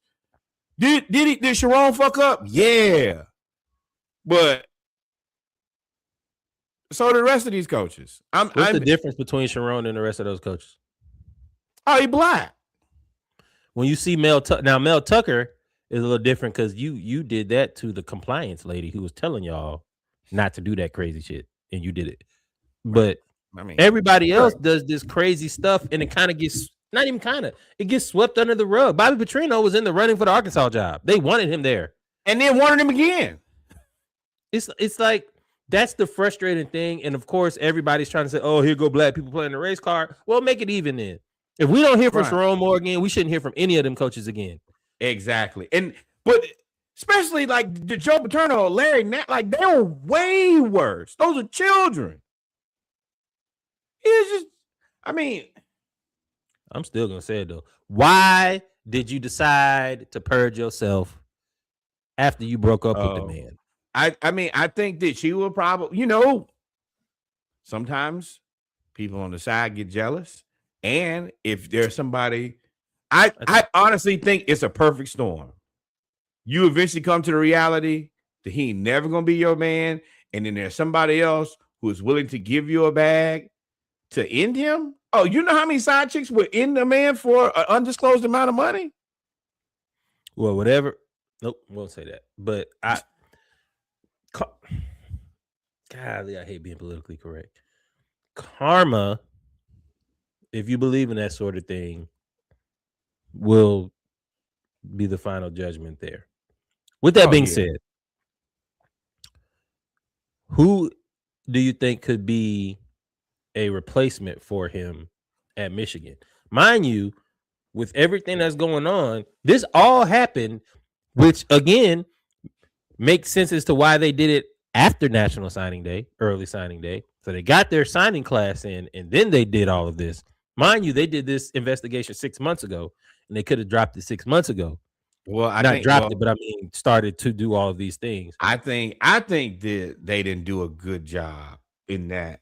I think I they think they just didn't did. do a I good think they job sat on it. because if you're the investigation firm, they would have to pay you an ungodly amount of money to have something this blatant that you just miss, because then it takes your reputation into concern. And one thing that they've done is they've outlined who did that first investigation by 17 times, something on block, and you're like, oh, so now that firm they're going to be looked at as either you knew and you didn't act and you didn't put it in your findings, or you missed this blatantly obvious thing. That ain't got nothing to do with Michigan. That's somebody else's $1 million business that's going to be affected. Ugly, man. It's ugly. And then, so Michigan has to have a whole culture change, which looks like they're about to have with the whole department getting fired. But now you got to find a coach to be able to convince all these players, including Underwood, to stay at Michigan. Gone. You better take your loss. You're not gonna be able to keep him. Why? I'm not staying here. Ain't no coach here. And he was The already whole negotiating $20 million for next year. right. And Miami got $10 million if you're available. And LSU has 30. So, like, you got to find a coach. And now, Kalen Dobert, who everybody, of course, because Alabama was on the brink of not winning not making the playoffs, has been rumored there. But He now, ain't leaving. He ain't leaving right now. Not to go to this. well, And he said no. He actually. yeah, sure. He said no. I mean, Nick Saban also said he was going to stay at LSU and then went to the NFL. So, like, he said no. But Care what if play? you What lose play? this game to Oklahoma again, everybody knows that this Alabama job has all of the pressure in the world all of the time because there's literally no other distraction. There's nothing else in Alabama but Alabama and Auburn football for division, as close to pro as you're going to get. So at that point, I mean, there'd be less expectations, more money. Why not? Why not go to Michigan? Because it's Michigan gonna hire a black man anyway. They're gonna hire a black man to keep Keenan. it's a black job. This is 100% a black job. They're gonna hire a black man to clean this up. They're gonna David get Tully. David Jr. Tully. Nobody heard from David Tully since the Texans used that man for a year. Hey, bro. Jameis, you want to come do this for a year? They'll go get somebody. They'll go get somebody for a year or two, a black coach to clean this up, and then they'll go hire Kalen Dobert in 2026 or 2027 if he don't make the playoffs. That's what's gonna happen. Yeah, Or absolutely. Lane trying to get there. Lane been trying to get to Alabama. Yeah, but if Lane got to Alabama, we had to. LSU be sick and tired of being sick and tired at that point.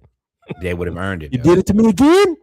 Yeah, they will have earned it because Lane has a track record. I think it's pretty clear that he's trying to go to. I think he wants to get to Alabama by any means, by hook or by crook. And you fired Brian Kelly, who you fired him because you didn't like him, not because he wasn't a good coach. You put it on that he just wasn't winning games, but I mean, shit, had a rough schedule. He beat Alabama like twice, right? I think it was a fit, and they blamed it on losing, and I don't think that was a good move. But we can talk about stand on y'all square. Y'all stop being some suckers. Stand on y'all square. We ain't like the dude. He ain't fit in with the culture. Yeah, fake accent. The issue is you spending state money. So obviously it don't matter. They just gave Lane 91. Right after they said that, oh, we won't ever do this again. You did the same thing and gave Yeah, him I'm more. gonna be the one to pick the coach. Yeah, okay. Right, They told you who the coach was gonna be a long time ago. right. Then you committed $15 million to the NIL budget. If I'm Louisiana, I'm voting everybody out. Everybody get out. Well, while we talking about people getting out, today has been a day. Well, hello, Gainesville. My DMs have blown up. We have lost 5 key players. Well, I don't say 5 key players. We lost 5 guys to the transfer portal. Number 1 being our quarterback, DJ Lagway, with 4,179 yards, 28 touchdowns, and 23 interceptions in his 2 years at Gainesville. He has 2 years of eligibility left. We also lost 3-year starter Jordan Castell with 168 tackles, 12 pass breakups, and 3 interceptions. We lost running back Katie Daniels, 185 yards, 2 touchdowns, 3 years of eligibility left, Mr. Football. We lost true freshman Muiz Tonkara, 8 games, 2 catches. And then, Amir Jackson, redshirt freshman, and Tavares Brown, JUCO transfer. And really surprising, Mike Peterson Jr. Y'all may be familiar. His father, Mike Peterson Sr., played linebacker for Florida in the mid-90s. I don't blame these guys for moving on. Now, the big one is, of course, DJ Lagway. When this first came out, I think I said pretty much immediately, I don't think this is all a DJ Lagway decision. He had just signed to train with D1 in Gainesville 3 days ago. Is this a troll, Josh, or is this a true thing? No, it's a troll. It's a troll. Oh, Fair. okay. But like I don't have any bad blood against DJ Lagway. Like I told y'all, like I'm not in love with the kid. Like I don't like, oh, he's a Gator for life. But also I don't have no beef with him either. I wish him the best of luck. I think he's an entertaining football player that needs some development. I do think that Summerall came in and kind of didn't want him. And I don't think he necessarily probably wanted what it was going to cost to pay him. Because DJ Lagway is expensive. And that's where it gets kind of interesting to me is if he doesn't end up at LSU or if he doesn't end up at Florida State, he's probably going to lose a lot of that NIL money. I don't think it's about NIL money at this point. I think he needs to get a better offense. I think he needs somebody to accentuate his skills because he can throw the ball down the field. He can move. But he has health issues. He can move. And and I mean, I did like that he got the balls to throw 5 interceptions, but I need you to have the common sense not to do it. The Big 12 is probably where he needs to end up. Oh, you're right. Texas Tech, what y'all got over there? No, they going after your man. So another one. So I just followed there's a whole transfer portal Instagram page that I just followed. It's Dylan Raiola is now in the portal. He want to be Lil Mahomes, but I'm taking Did he break his ear? No, you're not taking Lagway over. Dylan. Raiola? Yeah, you're not. No. But I don't. Did Dylan tear his knee up or did he break his leg? I think he broke his leg. Yeah, I think he broke his leg. He'll be fine. He'll be back next year. Yeah. So I mean, he's there and he wants to go there, and especially you knew he was going to enter the portal when they fired his uncle. I was like, oh yeah. And his brother decommitted. Yeah, when his brother said no, I knew what this was. Well, we all out here. And then he got hurt, and then it was they fired his daddy or his uncle. I was like, oh yeah, he's out of there. So I wouldn't be surprised if he goes somewhere. Texas A&M would have been a good look, but I think Marcel Reed is coming back next year. Yes, he is. So there's more. Michigan State's quarterback is leaving, even though you ain't heard of him. But the thing is, you need to get to one of those premier jobs to keep that. It's Nike, it's Red Bull. He was a NIL darling. He got paid. And it's Miami. It's It's Miami or Florida Auburn. State. It's no, it ain't the same at Auburn. They not. You get some of it, but it'll be half. You know where he would be good? Lagway or Dillon? Really, any quarterback? Because I think that UCLA quarterback that transferred there, I think he's a senior. It's Tennessee. Josh Heupel. Now, if there's one thing they gonna do is throw the ball down the field. They may not do anything else, but he gonna throw the ball down the field. I don't know if I'm taking. He probably a little leery about taking big personalities. And like that's what TJ Lagway ain't no big personality. I ain't never heard him speak. Not necessarily like a big personality, but he has a large media profile. I don't think you're worried about that. Versus, I think he's the most manageable. If you put him in that category, he's the most manageable one. He don't really say nothing. He do his job and go home. And it don't. Maybe I'm just not plugged into Florida, but I don't really hear him a lot. He talks a little bit, but he's media trained. The things he says are mostly good. So, and at Tennessee, Lagway at Tennessee is very, very interesting. I don't hate that. And you got 2 years to develop him, and you can kind of redevelop and win some games. Number one, you could stick it to Florida because I think we play them every year. And you're coaching against John Summerall, not Lane Kiffin, so it's gonna be a slower burn. So there's room for you to stick it to him early. Or you can just always go ACC. You could always go ACC. That's always the place that you go. I mean, Georgia Tech needs a quarterback now. Haynes Keegan is 25. Yeah, so, but Georgia Tech Georgia Tech has no coaching staff. Yeah, they took their whole coaches. They lost. There's at least 4 of them, and 2 of them in Florida. Yeah, they lost just about all of them. I can't believe Florida, and that'll be my last thought before we move on. I can't believe y'all fired y'all running back. He didn't keep the running back coach. Because that means Ball, who was y'all offense. I mean, we've had top tier, they haven't all gotten to the NFL and been great, but we've had top tier rushing running backs for a minute now. Who hasn't made it to the NFL? Well, they haven't gotten to the NFL and been like killers. They just been kind of okay. I mean, that's fine. Etienne's good.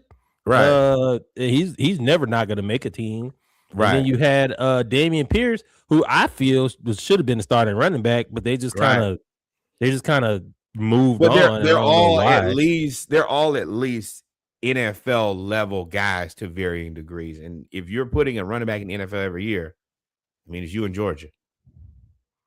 Alabama been fair. Correct. 100% correct. 100% correct. My bad. I was asleep at the wheel. But that's gonna be fun. It's gonna be fun. This, I will say, if you don't like it, whatever your feelings are on the transfer portal and whatever your feelings are on the whole NIL situation, it has served its purpose. We are locked into college football almost all the time. Like, there's never, and now you got the NCAA. They got these commercials. Oh, well, formalize this. I'm like, man, out of all the people, y'all had 100 million years to get this right. Now y'all think that everything is out of control. I hope they'll never let the NCAA have nothing. I hope that, and then y'all, and then y'all getting y'all man to tweet that they don't need to pay players $14 million. I ain't gonna say his name. His man, y'all carrot, y'all orange. I don't care if they pay the players $30 million. These coaches, Jimbo Fisher's buyout was $77 million or something of that, because all y'all people being the TikTok comment, it was actually $76.47257 million. Okay, $70+ million. These coaches leave all the time, and y'all don't say nothing. Van Kiffin just left. So why y'all getting mad at the kids? And some of us think that Lane would leave again, given the right opportunity. We know it's a matter of time, LSU. Y'all are a stop. Y'all ain't nothing but a fill-in. Y'all a rebound. Woo! I don't mean, and I'm not trying to be mean. It's Lane. You know. Your sister gonna be offended. I mean, she know. She made, she got to save face, but she know. Don't know everybody. Al Davis, R.I.P. wrote a whole letter to the University of Tennessee and said, "Hey, do not hire this dude. He is a terrible person." Al Davis usurped the ownership of the Raiders. Yeah, that Al Davis said, "Hey, this man is not a good guy." Hey, don't make this decision. And that's the thing that I will say. If he went, the only way that this, and I guess it kind of makes sense, is you got to win a championship or this is terrible. But he got to win this year or next year, or it's like, oh, what are we doing here?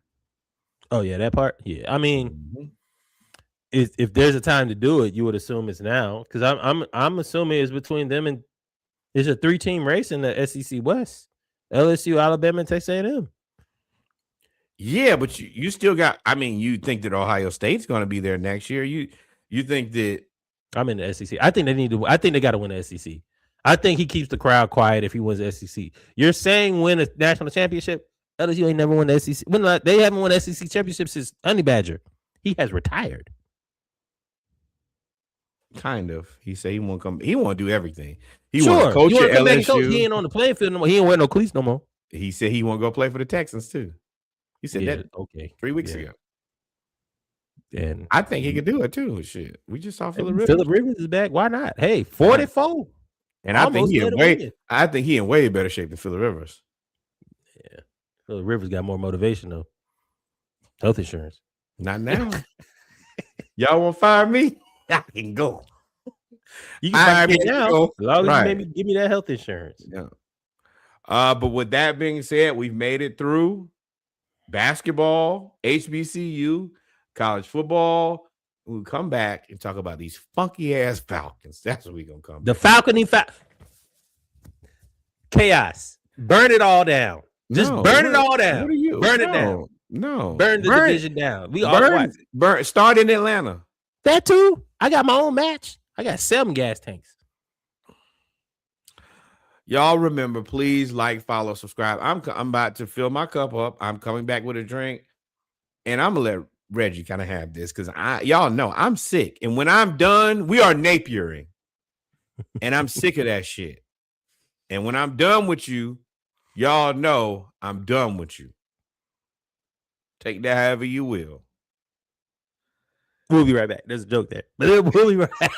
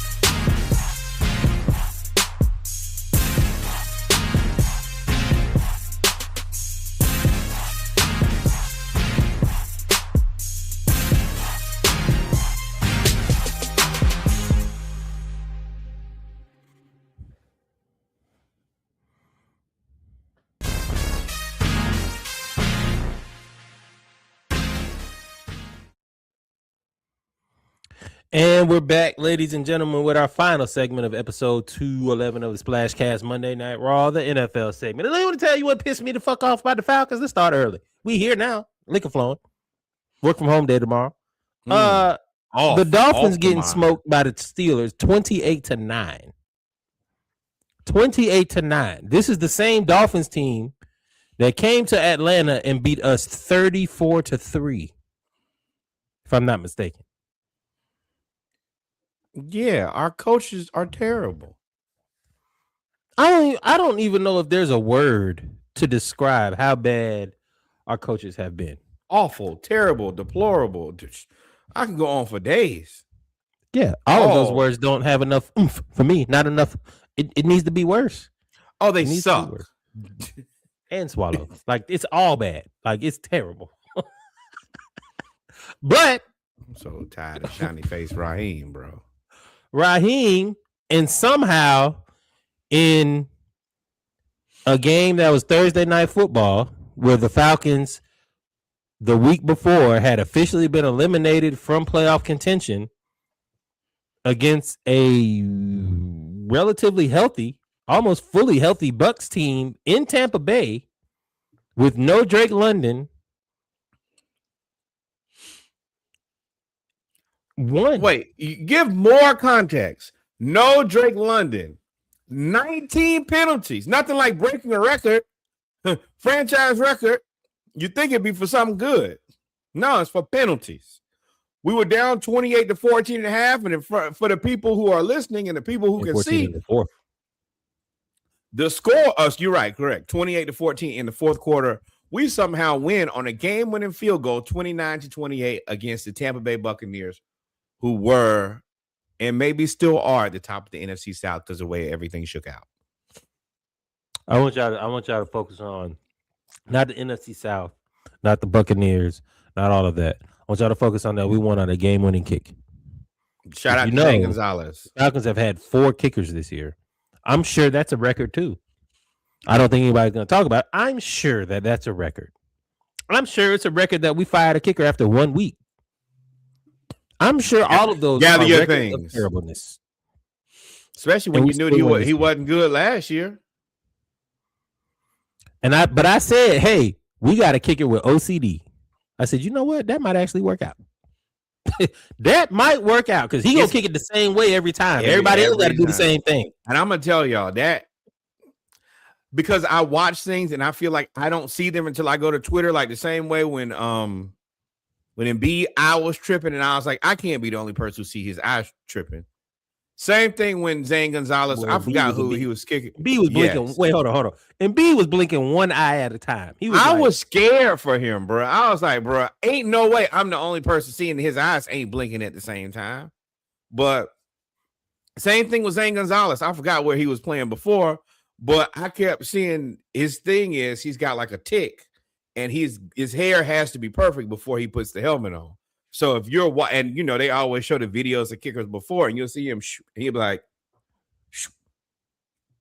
and then when he get it just how he wanted, then he put the helmet on, and you're like, oh, that can't be. And then eventually they came out and say he has obsessive compulsive disorder. But as long as he's obsessive compulsive and his disorder is kicking field goals, then bro, you good with me. Did you watch this game? Yes, absolutely. This is the Falconiest of games, though, because as soon as we eliminate it is when we decide to throw the ball to Kyle Pitts forever. Kyle Pitts and Bijan Robinson this is the epitome of y'all make shit too difficult. We've been saying all year, just give the ball to the players. Just give the ball to the players that make plays. Put everybody on the field at the same time and give the ball to the players that make plays. Kyle Pitts is a matchup nightmare. And we kept putting him in. We finally just decided to give him the ball because we had nobody else to throw the ball to. Mooney's out of there. And then Bijan is the other guy. And unfortunately, Algiers out of there for different circumstances. But you think so? Yeah. But these two had Okay, I'm gonna let you. Hell of a game. Good, yeah. These I want to talk about how the these Bucks really lost this game versus won the game. motherfuckers are inept. They suck at their job. They don't deserve the job that they have. The most frustrating part to me is they continue to receive paychecks and coach teams when we know that you are not capable of doing this job. I don't typically like to insult black coaches because there's enough of that going around. But Raheem, you suck. You got at least 3 Ferraris. You can't drive a stick, brother. I hate to tell you. This shows. Now, I don't think that Kyle Pitts is this good. I think that the zone was beatable, and I think that they took advantage of it and did not make the necessary changes and adjustments. But I do think that Kyle Pitts is better than what he's looked like. And if you really look at over the season, he's a Pro Bowler. His numbers are probably, especially after this game, is going to put him at probably 1 or 2 tight end in the NFL this year. Bijan has done this all season. It's amazing that we can score in the red zone now. And this is no Drake London. We knew this offense was high power. We knew this offense was unbelievable. We just got clowns driving the car. If I'm Arthur Blank, I don't care about this win. Everything here says fire these guys. But no, everybody can get fired. All y'all. This is embarrassing. And also, if I'm Terry Fontenot, don't come to me. Don't even mention my name. Because this, between the offense and defense, I want to show this because this is a part of it right here. Boom. Sack record for JPJ. So let me go ahead and clear something up. First of all, he had 6 sacks in the last 6 games. Last guy to do that, Michael Parsons. Number 2, don't ever talk to me about a trade with the Rams. There ain't no James Pierce Jr. in this draft from what I see. And ain't no Xavier Watts because that's another part of the deal. We were able to move up to get him. So the deal was a slam dunk. I attribute that to Terry Fontenot. He's built a really good team. Jalen Walker has 5 sacks. James Pierce Jr. has 6.5 sacks with games to play. You got enough groceries. And if I'm Ulbrich, hey, where do I sign? Because we went from not being in the top nothing. We've been 30th or worse, 25th or worse every year for the past decade, including the Super Bowl year. And now we're second in the league in sacks at 48. And we're not going to catch Denver because they got 58. but I don't know. We might have a 10. I mean, can we play the Browns a couple times? No, because then we got to play Myles Garrett. Like we perked up. But what's frustrating to me about this win, and this was the Falconians win. We were 4th and 17. Shout out to David Sills.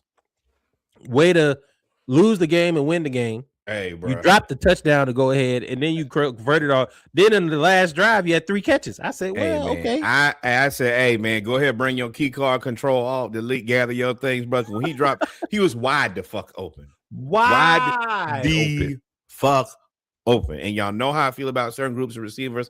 I ain't got to say it because you already know it. But at that point, I was through. And to me, what's frustrating is and concerning. It's frustrating and concerning. The frustrating part is that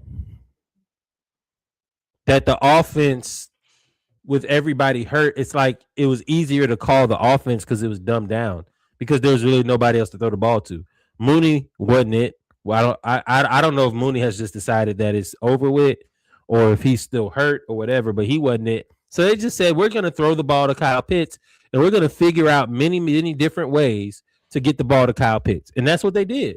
But what's frustrating is the fact that we were like 70-some% pistol formation. And then when Kirk comes in, we're down to like 14%. And all of a sudden, our play action pass looks great. All of a sudden, The zone running game looks great. All of a sudden, Kyle Pitts has, which I'm assuming would be a receiver, there has time to like actually run his routes because they have to respect the run of Bijan. Like now, all of a sudden, Zach Robinson's offense looks like it makes sense, which it does. But you decided to do that shit after the season is over with everybody else hurt. Imagine what this offense could have looked like and done if you decided to run under the center the whole time and had these with Michael Penix. And this is why I said it's concerning, because as much as I think these coaches suck, I don't think they're stupid. Oh, I do. Let me tell you. Game management aside, there may be a reason why they did not put Michael Penix under center. What's that? I mean, he ain't never been under center. Well, this is the thing. If you're going to lose the game, at least give him the experience. I mean, fair. But he's never been under center. And then they said in the all of the shit that we were kind of questioning in the offseason with like, oh, yeah, we're going to run more stuff off the pistol. All of that makes sense now of why the only puzzle piece that I can put together that's missing is that Michael Penix does not know how to do a 5 to 7 step drop from under center. Something that he does not know how to do. That's the reason if you're going to lose, you develop the player. You can't lose and not develop. Yeah, but this year they technically couldn't lose, right? Because if they lose, which they lost, right, you were gonna get them fired. They were gonna be fired. Okay, this was it. So now you have and you stepped out there and said Michael Penix is our starting quarterback before even training camp started. So you've already made that commitment, so you can't walk it back, right? Reggie. So you got to now you committed to the pistol because that's what makes him comfortable. If you can't get this man, then this ain't the job for you. I agree. I say all that. I agree. Right. See, still, you be doing all of that. You be giving them all the bail. Take your ass on home, Tommy. You fired. We need somebody else who can drive this car because this car is nice. It's got all the amenities, all the bells, and all the whistles. The defense is stacked. The offense is everything you need for a person who's capable. I think it's clear that we're not capable. Because it's not even like people are having bad seasons. Bijan, I think, leads the NFL in yards from scrimmage. And don't play no special teams. Right. Kyle Pitts. The top 5 tight end in the league. Drake London, top 10 wide receiver. What else you want from an offense? That's the reason if I'm Terry Fontenot, hey, don't hit my line. Well, I mean, Terry Fontenot deserves some of the credit and some of the blame. Most of the credit, some of the blame. Because to me, the moves that we didn't make I will say that is another year of not making moves when you knew you should have made moves. And I don't know, you deserve the blame for Mooney having a broken shoulder, collarbone, and not making an adjustment. Even if Raheem said we rocking with it, you should be like, no, I'm not rocking with that. Fuck Raheem. I don't care what Raheem say. Right. He ain't never had no winning record. Right. Listen, I'm Tyronn Lue. Man, fuck CP. Fuck Raheem. He can go to hell. Go get the players. Ain't no name on it. What do you say? Ain't no name on it. Get it and go. Ain't no name on it. I 100% agree with that. Now that part, I agree. You got to make a move. That's how you pay your family bills. And shout out to whatever Raheem got going on. Hey, brother, I'm not jumping down. I'm not getting into that with you. I don't.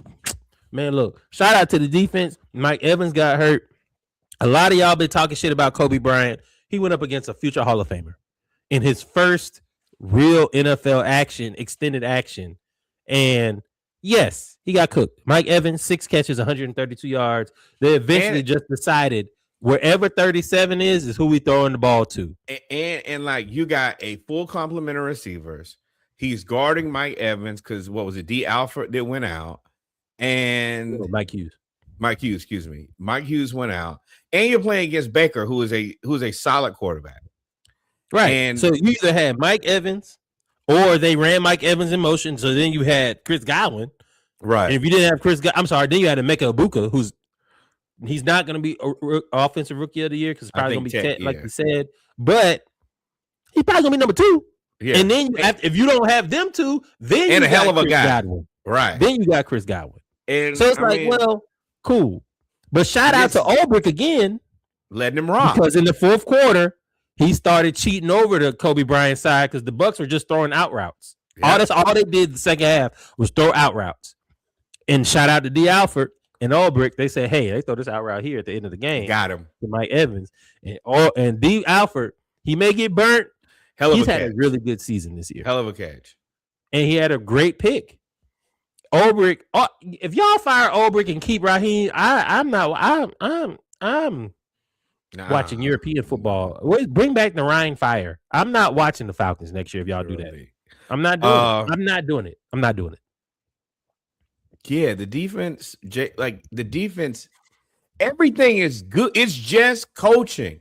It's 19 penalties. It's not getting plays in on time. It's having to bring the offensive coordinator down from upstairs to the field. It's you firing the wrong guy to try to move things around.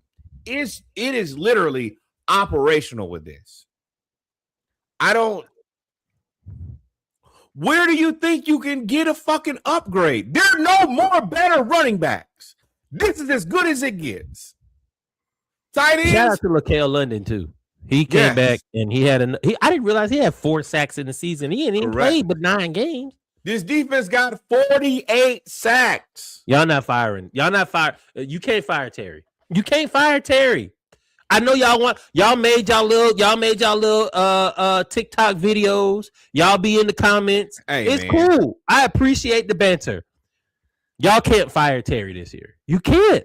He's literally put Kyle Pitts, Bijan Robinson, Matthew Bergeron, Drake London, Xavier Watts, Billy Bowman, who has a torn Achilles, but he's going to come back. Found D. Alford off the trash heap. Got Jalen Walker, James Pierce, Jesse Bates. Until Kirk Cousins' arm fell off, Darnell Mooney was looking great. And you got Michael Penix Jr. that broke the draft for 3 years. He ain't been perfect, but if I'm looking at GMs, he's better than every quarterback coming out this year. I bet y'all take Michael Penix first in this draft. Every draft since Michael Penix has been drafted, you'd be like, you know what? If we went back and had a draft again, I would rather have Michael Penix.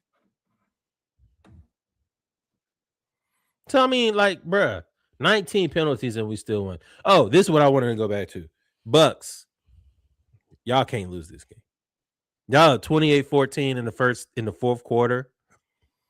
Baker Mayfield does what most Baker Mayfield haters do that try to latch on to. He throws a pick in the fourth quarter. He telegraphed his pass. I don't understand why you accepted that penalty when it was 2nd and 28 and y'all accepted a penalty. I don't understand that. There were so many. Everything had to go right for the Falcons to win this game and wrong for the Bucks. Yeah, now that is on Todd Bowles. Todd, are you cussing? And you cussing ain't changing nothing. No, that it was performative, but you making that call and giving us an extra down instead of taking the 4th down was crazy. You put us back in the game. That's on you. As a person who's seen their coach make stupid decisions. I mean, you, brother, and just own up to it. Now, this is the thing. I said Baker been holding you down for the last couple of years and keeping you out of being fired. You keep making decisions like that, you know they won't get that job to a white man. They done already paid Baker, so they would love nothing more to give that job to a white man. So he got all his offensive coordinators their jobs. That's crazy. He done got like 3 of them jobs, I believe, except for Leftwich. Wonder why. And hey, you can't continue. You better chalk that one up, but you got to figure this out. And you got bailed out. I think it's go on. We can switch now. I can't. Well, and Somehow, Y'all bitch ass motherfuckers, bro. I'm gonna have to edit all that out. 2 minutes, 10 seconds, 2 minutes, 2 hours, 10 minutes, 5 seconds. Have to edit that out. Well, you might as well get the rest of it out then. We done did all that solid for y'all. Y'all thanking us, Carolina Panthers, for giving y'all the lead. Y'all had to go against clown behavior. 2-10. 2-10. And y'all went up there and got beat by Tyler Shuck, Chris Olave, and the Pips. I'm telling you, the whole division gonna end up 8-9. And it's gonna be frustrating. The whole division gonna end up 8-9. It's gonna happen. That was the reason I was like, I don't know how. I feel like we could all end up with the same amount of games won. Now, I've tried to be very fair with the quarterbacks post Michael Penix, because I think they've all basically been the same person to varying degrees. And I keep telling Reggie about Tyler Shook, and he's not terrible. He is not terrible. That is not a compliment.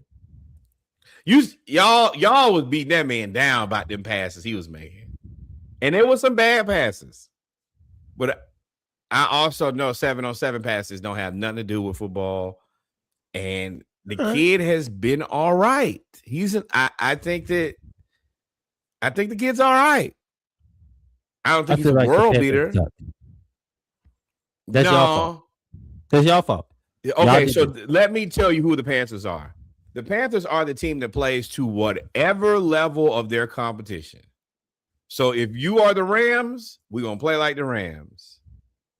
If you are the Saints, then we're going to play like the Aints. And that is not promising. That's a coaching thing. That means your team's only getting up for big games. But I think that team is like, they're like the mini Falcons. You got Bryce. You got a running game. Bryce has not played well enough for him to solidify his spot. Okay, I mean, he's played as good as Michael Penix has played, I think. Might be better. Yeah, he's in what, year 3? Year 4? No, year 3. Yeah, he's in year 3. You would assume that his offensive coordinator / head coach is much better than Zach Robinson. No, I wouldn't. He's coaching Carolina. Shit. He was offensive coordinator for Baker. Y'all, I think Baker is just good. Okay. I don't think Bryce has solidified his spot. Oh, here. I think that if like where they are, they're competing for the NFC South. I did not think there was a chance in hell that Carolina Panthers will be competing. He averaged 6.8 yards a pass. Okay, fire him. I bet you the Cardinals will take him. And I bet you they would take Kyler. I mean, I wouldn't mind seeing a swap there. Now, for whatever reason, I don't understand how Ted McMillan only got 2 catches. I think Jalen Coker got. I mean, I didn't watch this game. I'm not gonna lie to y'all. There was no way in hell I was watching this game. But the Saints defense must have been going crazy. I think that if you double Ted, then Xavier Leggett, they never showed up nowhere. Except for the Falcons. Or when they grilling raccoons. That's it. You tell him that it's some raccoons on the grill, he gonna show up. You tell him it's a football game on Sunday, I got other things to do. Where my 4-wheeler? Dowdell, like what is really missing is they paid Chuba Hubbard that money, and he has just fallen off a cliff. Rico Dowdell essentially took his role. Correct. I think the Panthers have hope, and as long as they have draft picks, they should be able. They're going to be able to. I mean, because the other part is the Bucs are getting older.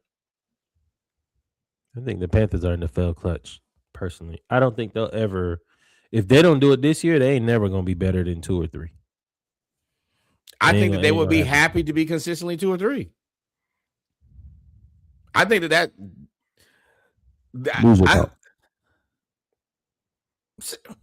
boy, do you know our record? Yes, I'm not happy with it. Right, but I think the expectation was way higher for us. The expectation was division. We supposed to win the division. Correct. I would never be happy coming in second and almost winning the division. Correct. In this division. So you saying the Panthers being happy being 2 or 3 is loser talk? I disagree there. I disagree. I think that the Panthers should be thrilled to be second. That means they were better than division? 2.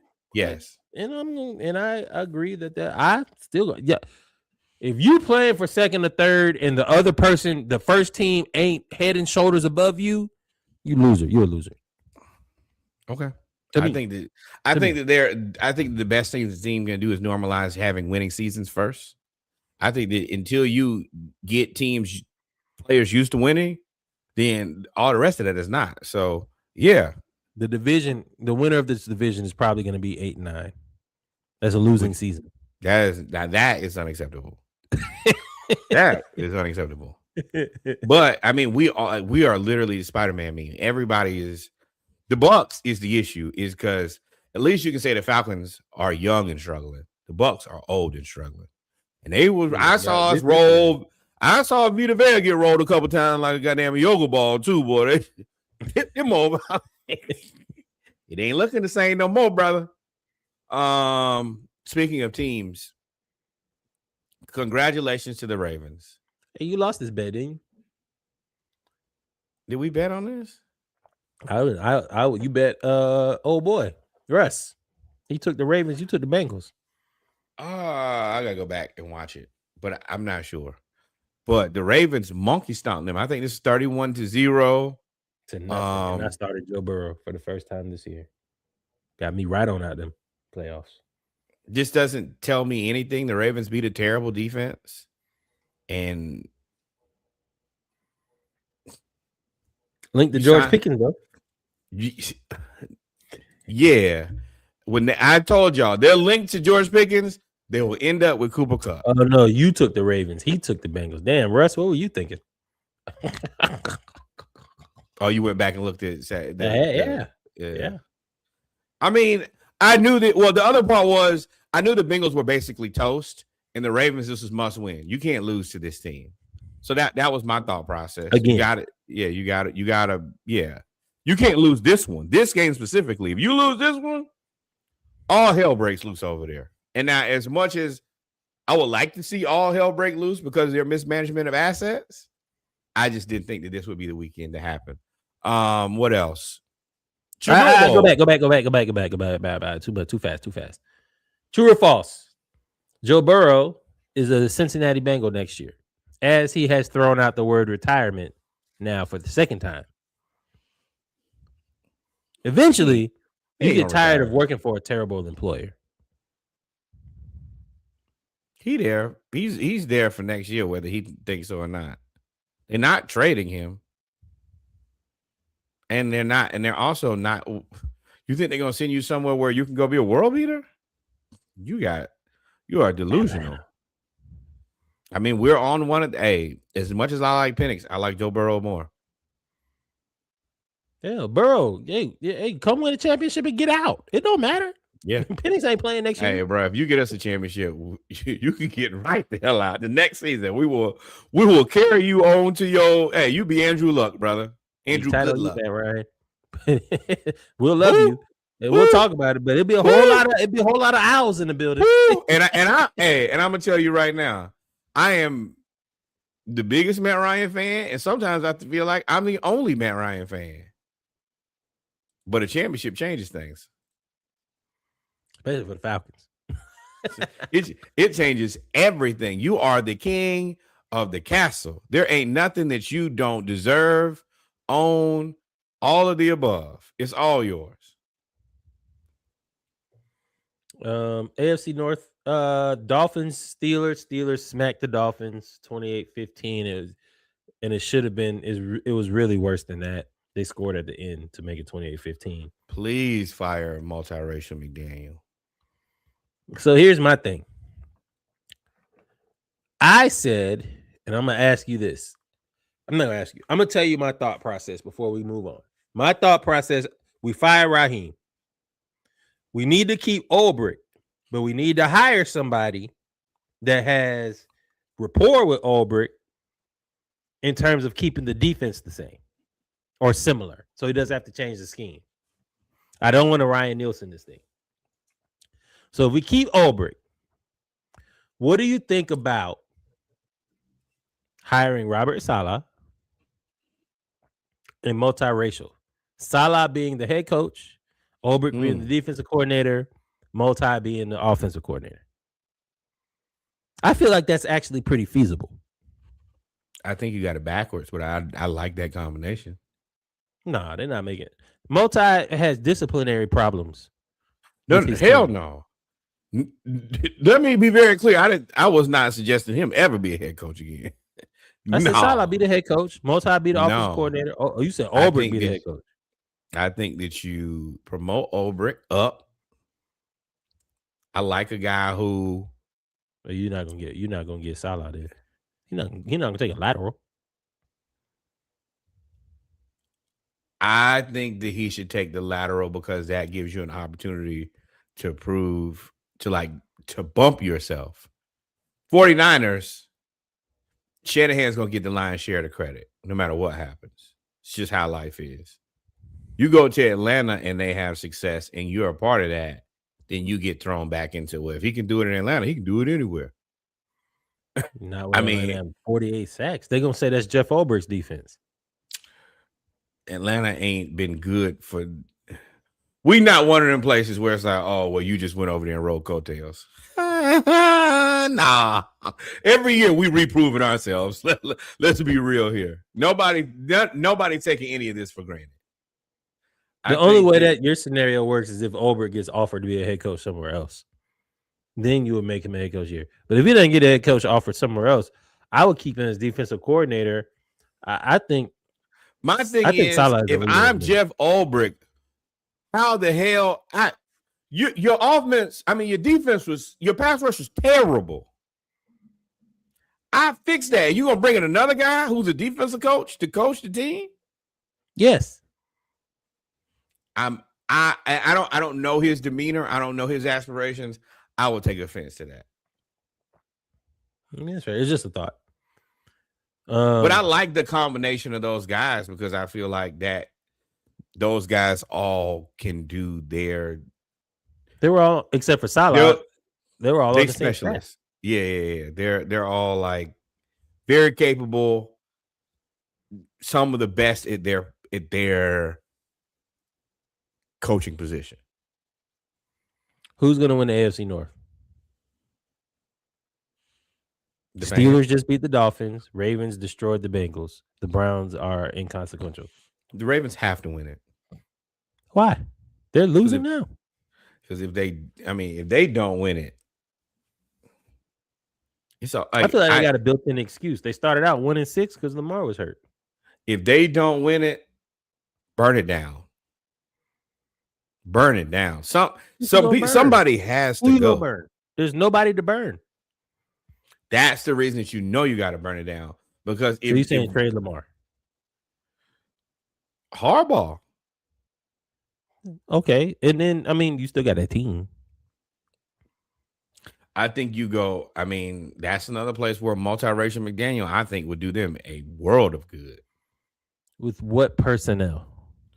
Oh, you when you leave you're leaving hard-nosed football behind. I'm asking them to take a step into the right direction. That's been the biggest issue to me from the beginning is they run the wrong fucking offense. So you saying get rid of Ty Monken too? You come right back to Georgia too, bro. Come on. I don't think that they run an offense. That's always been my issue. It's not an offense that's conducive to being successful long term.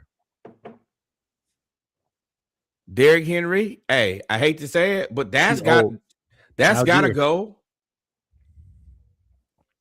I'd be interested in that. And it's cheaper.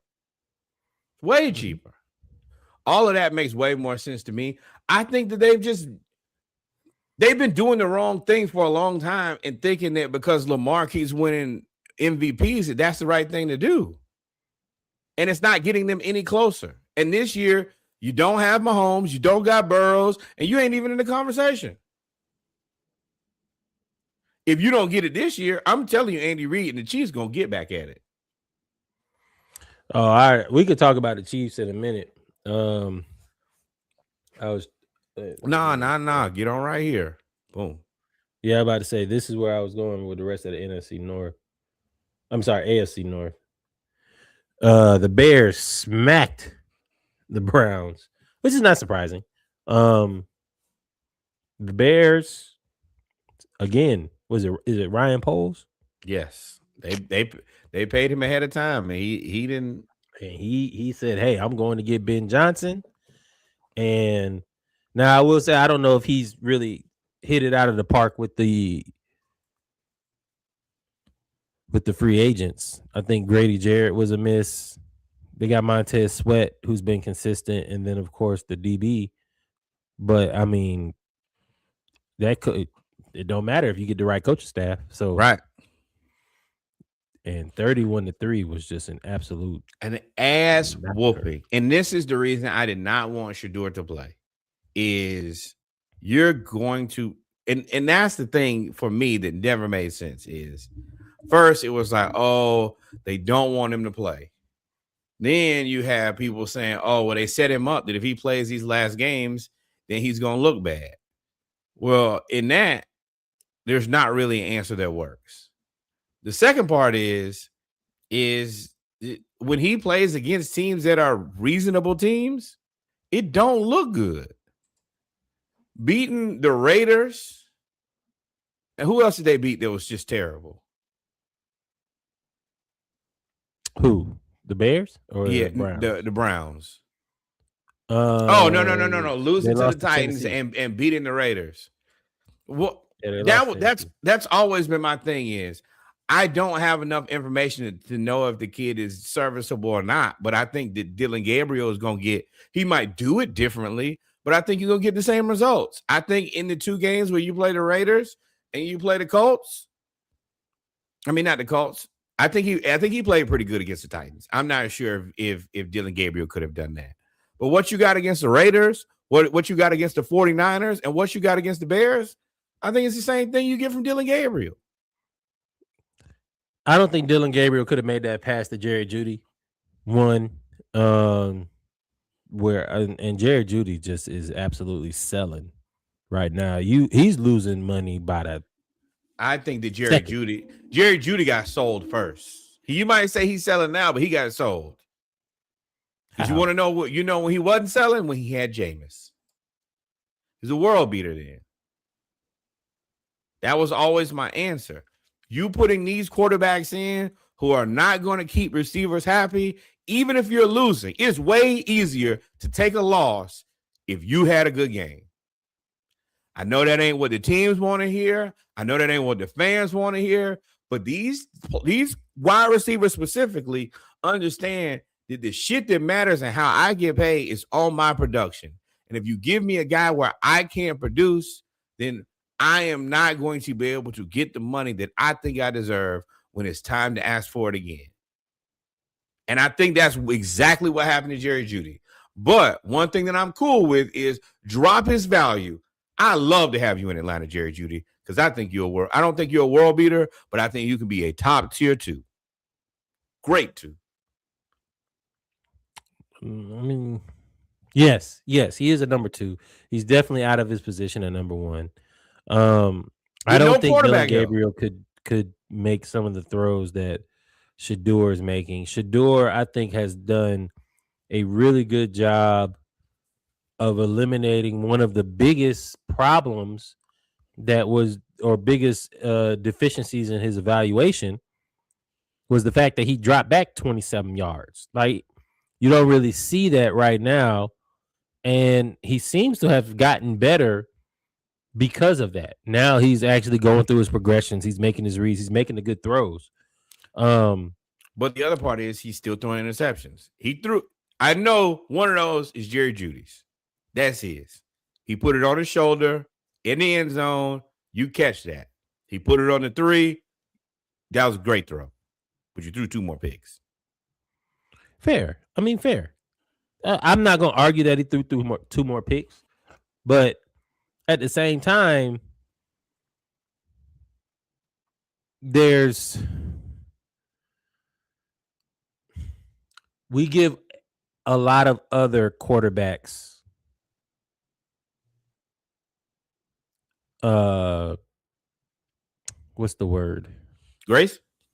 Grace because of their Like young or who? because their lack of preparation in terms of being able to get in there or whatever. Who else would you think is afforded that much grace? Cam Ward. Oh yeah, I mean, Any rookie yeah. quarterback, Well, I any rookie think quarterback that's a I starter. think that Cam. I don't like to put Cam in any other situation because his team is so much more terrible than everybody else's team. Their offense is just as bad as Cleveland's offense. I 100% disagree. I think that Quinshon Judkins, Harold Fannin, David Njoku, and Jerry Jeudy, they're better than everything on Tennessee. Hands down, not even close. And these are guys like Njoku's just good. I think that Jerry Jeudy is a good 2, which makes you a pretty decent receiver. Quinshon Judkins, top 10. What that top 10? 2. Yeah, but what I'm saying is, who the fuck is catching passes in Tennessee? I think Tony Pollard is as good a running back as Quinshon Judkins or better. Sure, I'll give you that. Who's catching passes in Tennessee? Your man, your Florida dude. DK is doing everything. He is just punt return, kick return, running back. But he's not a guy who you can say, all right, I can just put you out there and play a position. He is literally multi-purpose statting it to death. That's sure. Okay, so this is the thing. I don't think Jerry Jeudy is 10 times better than any. Jerry Jeudy ain't the greatest receiver. Who is the wide receiver 1 or 2 for the Titans at this point? I know Eric Elaminar is the 2. I don't know who the 1 is. I don't know who the 1 is. Right, but that doesn't change anything. I think Jerry Jeudy smokes both of those guys. Jerry Jeudy ain't the savior of the Cleveland Browns. He ain't. What? I think you're giving Jerry Jeudy too much. So you think Jameis propped him up? Argument, huh? You think Jameis propped him up?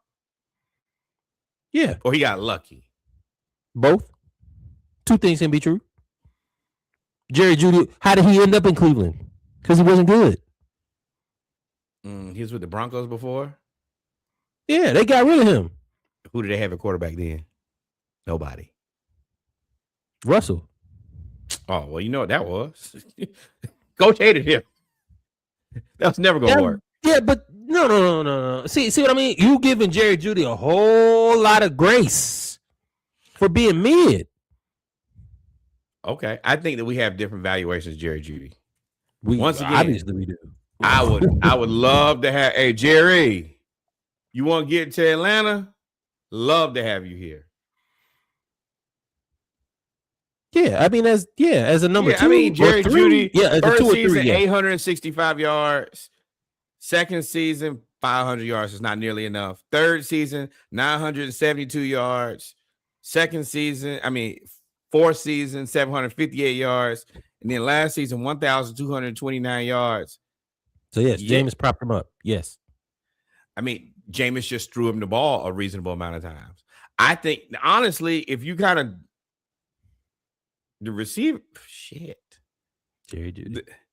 The cat, like, I will tell you what it looks like the answers kind of extrapolate out to is he's just not getting enough targets. Because when you give him a decent amount of targets, I mean, his reception average is 16.5 yards per catch. Mm-hmm. But you only got 40 receptions. I don't think you had to have a lot of drops. But either way, he does. But he ain't got that many drops. You ain't got 50 drops. No, not 50 drops. No. But I don't think Jerry Jeudy is a number 1. I think he's a decent number 2. And I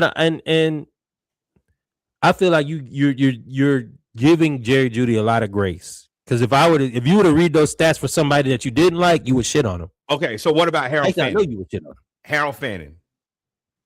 Is a rookie. He was good with Shador. He didn't have a touchdown catch with. He's on my fantasy league. That's how I know. He didn't have a touchdown catch with Dylan Gabriel. Okay. I'm for real. I'm like 99% sure that's right. And maybe yeah, I think he only got like 2 or 3 for the year, and they all came with Shador.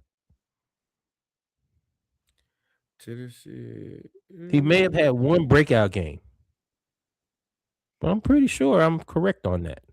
I mean, he honestly hasn't played that great. He just made some big catches. Other than that Tennessee game, 114. You're right. But Njoku's still there. Njoku ain't did shit. But you do believe him to be good, right? Or no? Njoku hasn't done shit with Dylan or your boy. And that is coaching. Which brings me to Kevin Stefanski. Do you believe that the card fell out of Shador's thing or that he gave him the wrong one? Because there's been 2 things that have been reported. The resident Splashcast Cleveland Browner, Cleveland Brown fan, I don't know if Browner is the correct thing. Cleveland Brown fan says, Tremaine says that it was actually confirmed that Kevin Stefanski gave him the wrong wristband with all the plays, which I don't believe that. I don't know why you would have 2 separate wristbands. So that doesn't make sense to me. Nope. Just fire him. Fire him. Why won't they? Well, no. They will wait till the end this of the is year. my thing. Fire him. Who do you think is going to coach this team to being any better next year? Oh, somebody. Kevin Stefanski has made terrible play calls.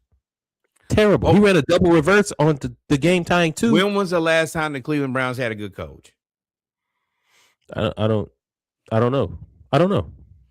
But they can get somebody better than Stefanski. Stefanski seems like he's actively trying to lose.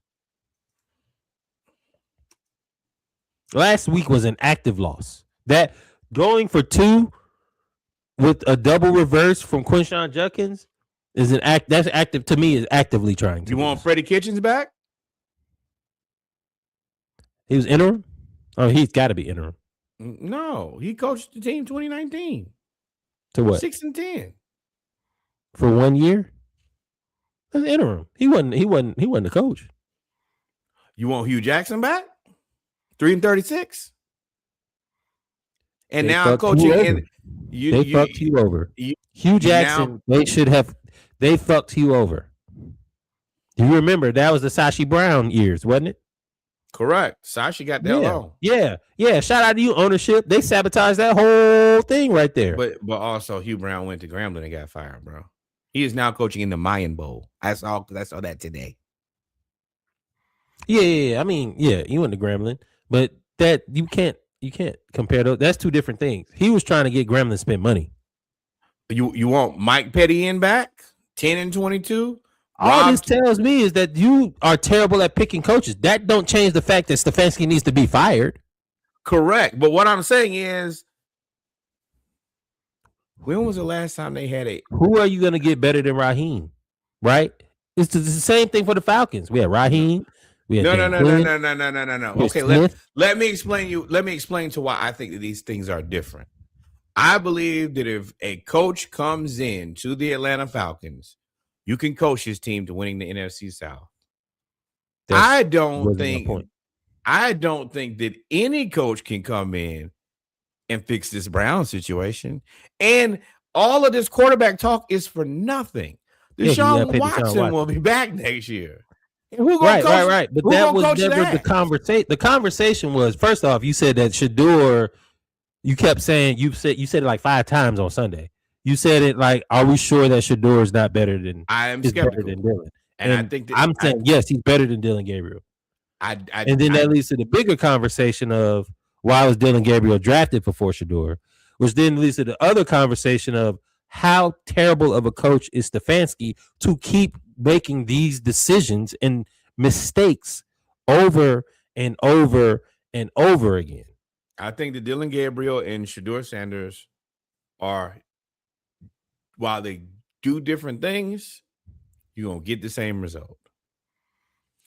I I don't think think that has that to do with Dylan Gabriel. I'm sorry. I don't think that has to do with Shador. I think Stefanski is a terrible coach. I think no. I don't What I'm know. saying is, I think that if you put Dylan Gabriel and Shador Sanders on any team, you're gonna get about the same result. You put those two guys and say, "Hey, you play No, with I this team, you play disagree. with this team," you're gonna get the same thing. I disagree. 100%. I disagree. Dylan I Gabriel doesn't have the arm strength, or Right. from So what I've seen, you throw the ball, you make your offense different around a guy. Okay, you don't throw the ball down the field. Okay, well, I'm going to throw short routes. that hamstrings you. Okay, so you have the guy who throws the ball down the field. He throws it better down the fall ball. He throws the ball down the field better, but you're also probably going to have to deal with some interceptions and some sacks. Dylan Gabriel had the same thing, but he just couldn't throw the ball down the field. He Okay. had interceptions and sacks too. Well, So this that's is my the thing. point. Like, if you're gonna have interceptions and sacks, I'd rather have the guy that can throw the ball down the field versus the guy that can't. Okay. I mean, I think that both of these guys will end up playing somewhere else, and we'll get another chance to see. But I think that all of No, the we won't. I quarterbacks. don't think Dylan Gabriel starts anywhere else in the NFL. I think Shador will probably go to not Oakland.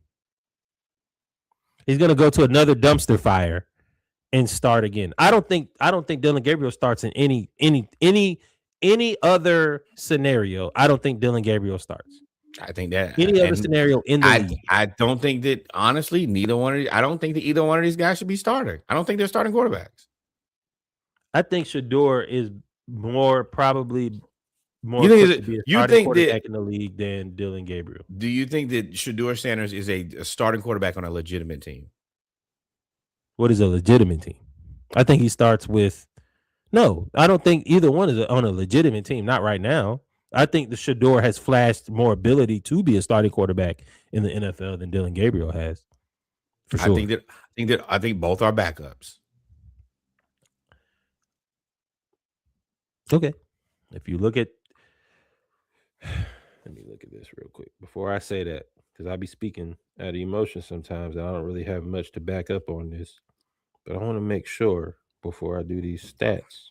I think that both guys are backup quarterbacks. I think that Tyler Shuck on a legitimate team is a backup. I think that oh, well then none of this matters then, because you just said Tyler Shuck was pretty good like 20 minutes ago. Yeah, so pretty good in managing the Saints. Yeah, I mean, I don't think that he's pretty good in the NFL. Oh, wait. Let me clarify that for anybody who thought that that's what I meant. I think that he's doing a pretty good job in New Orleans. Do I think that he is a legitimate starting quarterback for a team? No, hell no. So what's the line? Who's a starting quarterback now that is not a legitimate starting quarterback? What's the line? Hold on, I can tell you. Because you knew that's where I was going with Tyler Shuck. You knew that's where I was going. No. He's just managing the Saints, not like he's not like on a team and like, oh yeah, this guy is legitimate. That's why I keep asking legitimate, because you throw words in there, and then when I come up there and say, "Well, you said Tyler Shuck," and you're like, "Well, that's not what I meant with legitimate." I think that Tua is the line. Well, yeah, I mean, yeah, he's about the line. You worse than Tua? That's a high. That's pretty. Name high the guys bar, who no. Name the guys worse than Tua. I mean, at this point, Drake May, we can't put him worse. Not Josh Allen, Tua, the Jets. Yeah, whatever. They worse than Tua. Aaron Rodgers is better than Tua. Lamar Jackson better than Tua. Joe Burrow's better than Tua. Cleveland Browns quarterback worse than Tua. Or Trevor Lawrence, honestly. Probably Trevor Lawrence. Tua in 2023 for 4,600 yards. Tua can't stay healthy. But healthy okay, Tua is 4,600 yards. Hurt Tua is 3,500 yards. 25-8. 29 so the answer 14, 19 is 7. The middest quarterback is probably Trevor Lawrence. Trevor Lawrence? Let's see what his stats are. I don't know if there's name a starting quarterback worse than Trevor Lawrence. Now, don't look at this. Don't look at it. Yes, that you respect.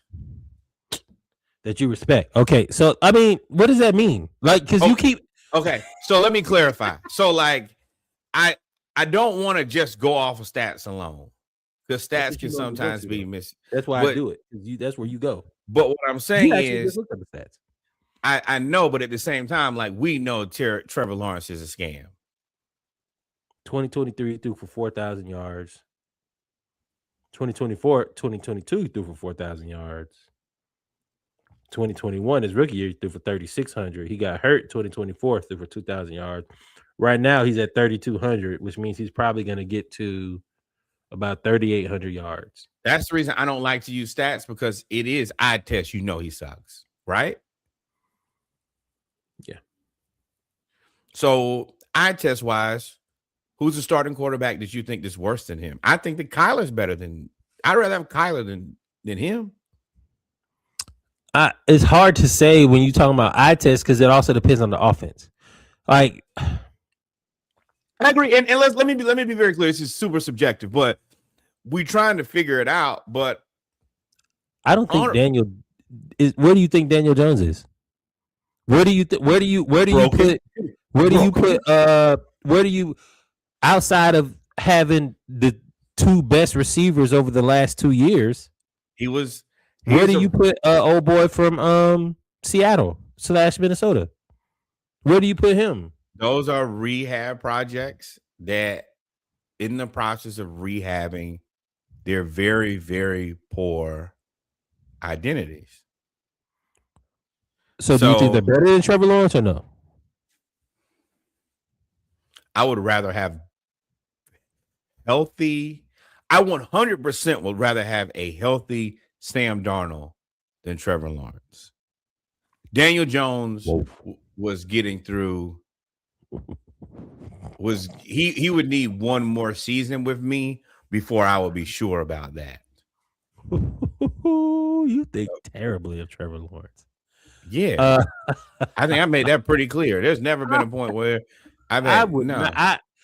for somebody that says they're not prisoner of the moment, Sam Darnold has had 2 good years. One with Justin Jefferson, and then one with Jackson Smith and Jigba. Yes, but this is in 2 different places. And I'm also admitting that getting out of that one singular hellhole, I think I misjudged him. I think I was too harsh. Now, if Trevor Lawrence was to go 2 places and be good in 2 different places, I'm willing to say with more information. I used to call Sam Darnold Scam Darnold. Now he's no longer a scam. No. I think that Seattle's very happy with their quarterback position, and I think that they think that he's their long-term game. Like, he's their long-term. Didn't they sign him for like a 2-year deal? Yeah. That was always even I said that. I said in Minnesota, you sign him to a 2-year deal. Again, you got to prove it twice. After the second prove it, then at that point, if he does it again, then we have a long time. But I think that Seattle is going to do their damnedest to keep him. Yeah, they're not going to make the same mistake that Minnesota made, right? They're not going to do that. If I'm the Jacksonville Jaguars, I'm not married to Trevor Lawrence after 2028 when I can get out. So do you think Bo Nix is better than Trevor Lawrence?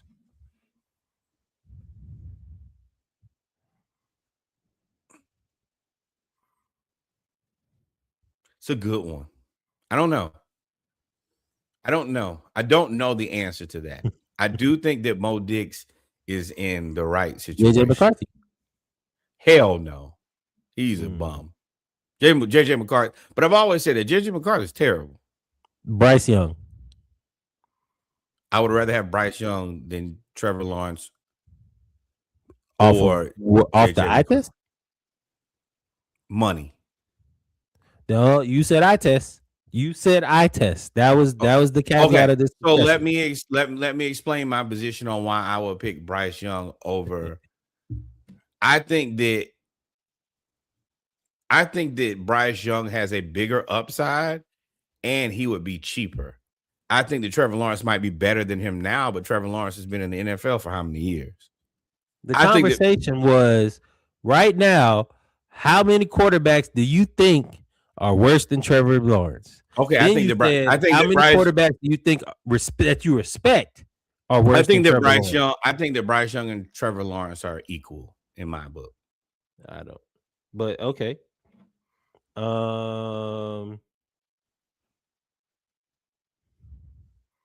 Brock Purdy. That's 5. I've gone to 5 now. I keep going. I'm just going. So you pick it, but you know what that is. That shit. I'm going down. I'm literally going down the list. I'm just going down the division. I would have never paid Brock Purdy.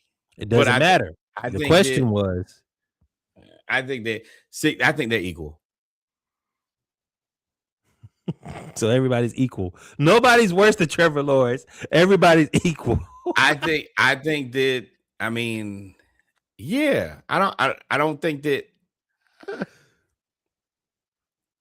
I don't think that he's Trevor Lawrence is good. Yeah, but the question was, and I think that these other guys are equal to. Yeah, they're all at the bottom of. It's either this or we talking to backups. The next step is a backup. CJ Stroud. Oh hell no, CJ Stroud not in the same conversation. That's Trevor Lawrence. Why not? CJ Stroud is legitimately good. What? Why? Because he is. Remember, you said earlier this season. You said, "Hey, we need to look at CJ Stroud," because in another conversation, we were talking about CJ Stroud and Bryce Young. And you said, "Hey, are we sure that CJ Stroud is better than Bryce Young?" Yeah. Remember, we had that conversation earlier this season when he was struggling. Okay, so I think that CJ Stroud is better than all of the other guys. I think he's better than Bryce. I think he's better than Trevor Lawrence. I think he's better than Brock Purdy. The thing about him is he's wide receivers always hurt, all of them. But if you put Brian Thomas Jr. on the Texans, they're fine. They're fine, meaning they have a better record than the 10-4 Jaguars right now? Yes. And you don't think Trevor Lawrence with the Houston Texans defense would be No. Okay. No. Throw in the let's see. Justin Herbert. See, the thing is, the Vegas Raiders don't have anybody. They don't have a person. I don't think that Geno Jackson Dart. I won't say that because Jackson Dart has had 5 concussions in 10 games. Shout out to you for the dude Dabo for getting your man just absolutely destroyed. Yeah, I mean, that is playing in 10 games and being checked for a concussion 5 times is not a good. With 3 positives. Yo, you check for you've been okay.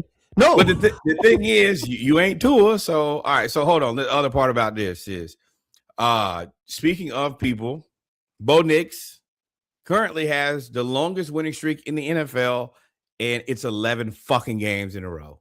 Congratulations. Now, do I think that some of this is being propped up on being Sean Payton being their head coach?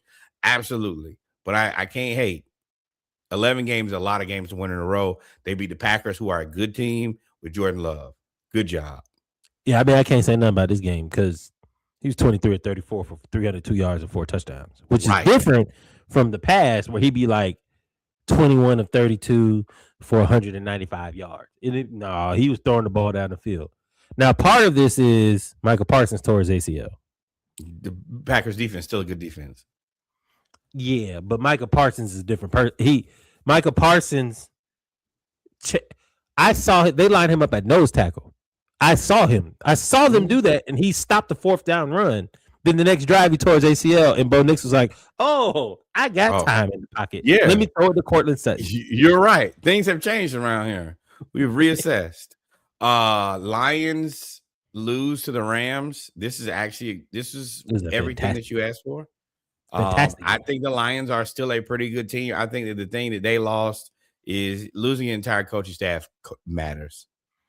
And I told y'all they were gonna make the playoffs this And year when I said they weren't. and I And I'm gonna think that keep they're a saying that. good Normally I don't team. rehash that, but y'all called me a whole lot of disrespectful shit in the comments. So I now I'm gonna tell y'all every time they don't make the playoffs that they're not making the playoffs because I told y'all I that they ain't I gonna make the playoffs. think that they're a good team, but you can't lose the whole coaching staff. That is debilitating.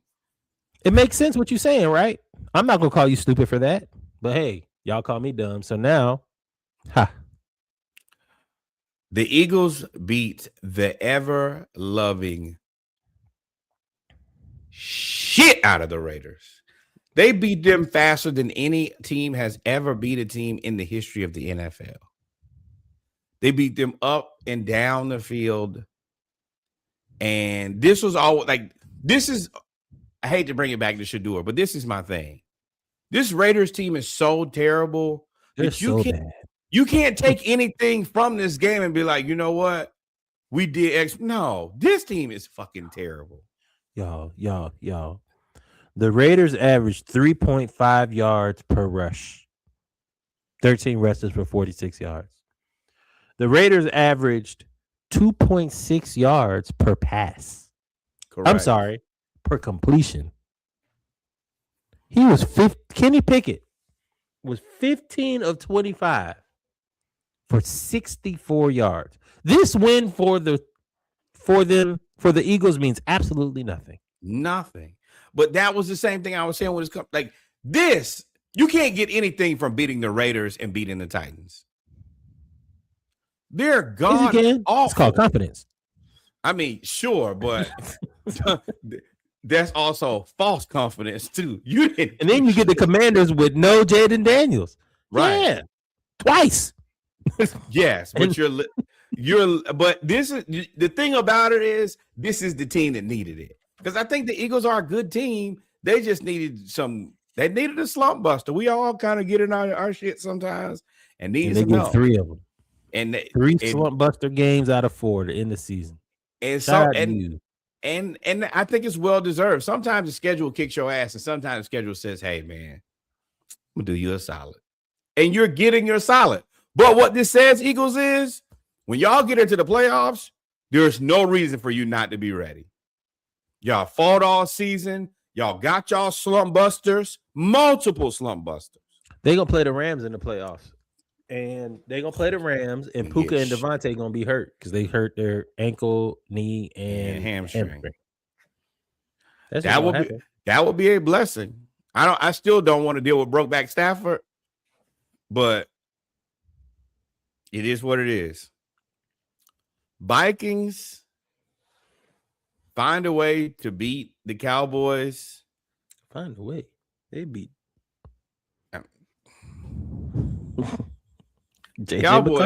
Cowboys got to do some soul searching, but also I'm not buying into JJ McCarthy. If you buy into that, is JJ just throwing to the best complement of receivers in the NFL? No, he's not. Justin Jefferson had 2 catches. He ain't throwing to him.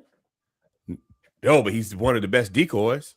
You got Jordan Addison and Naylor. Naylor had 3 catches. 2 catches, 3 catches, 2 catches. 2 catches, 3 catches, 2 catches. He's playing Michigan football. He's throwing to TJ Hawkinson. But that's the thing. If you got that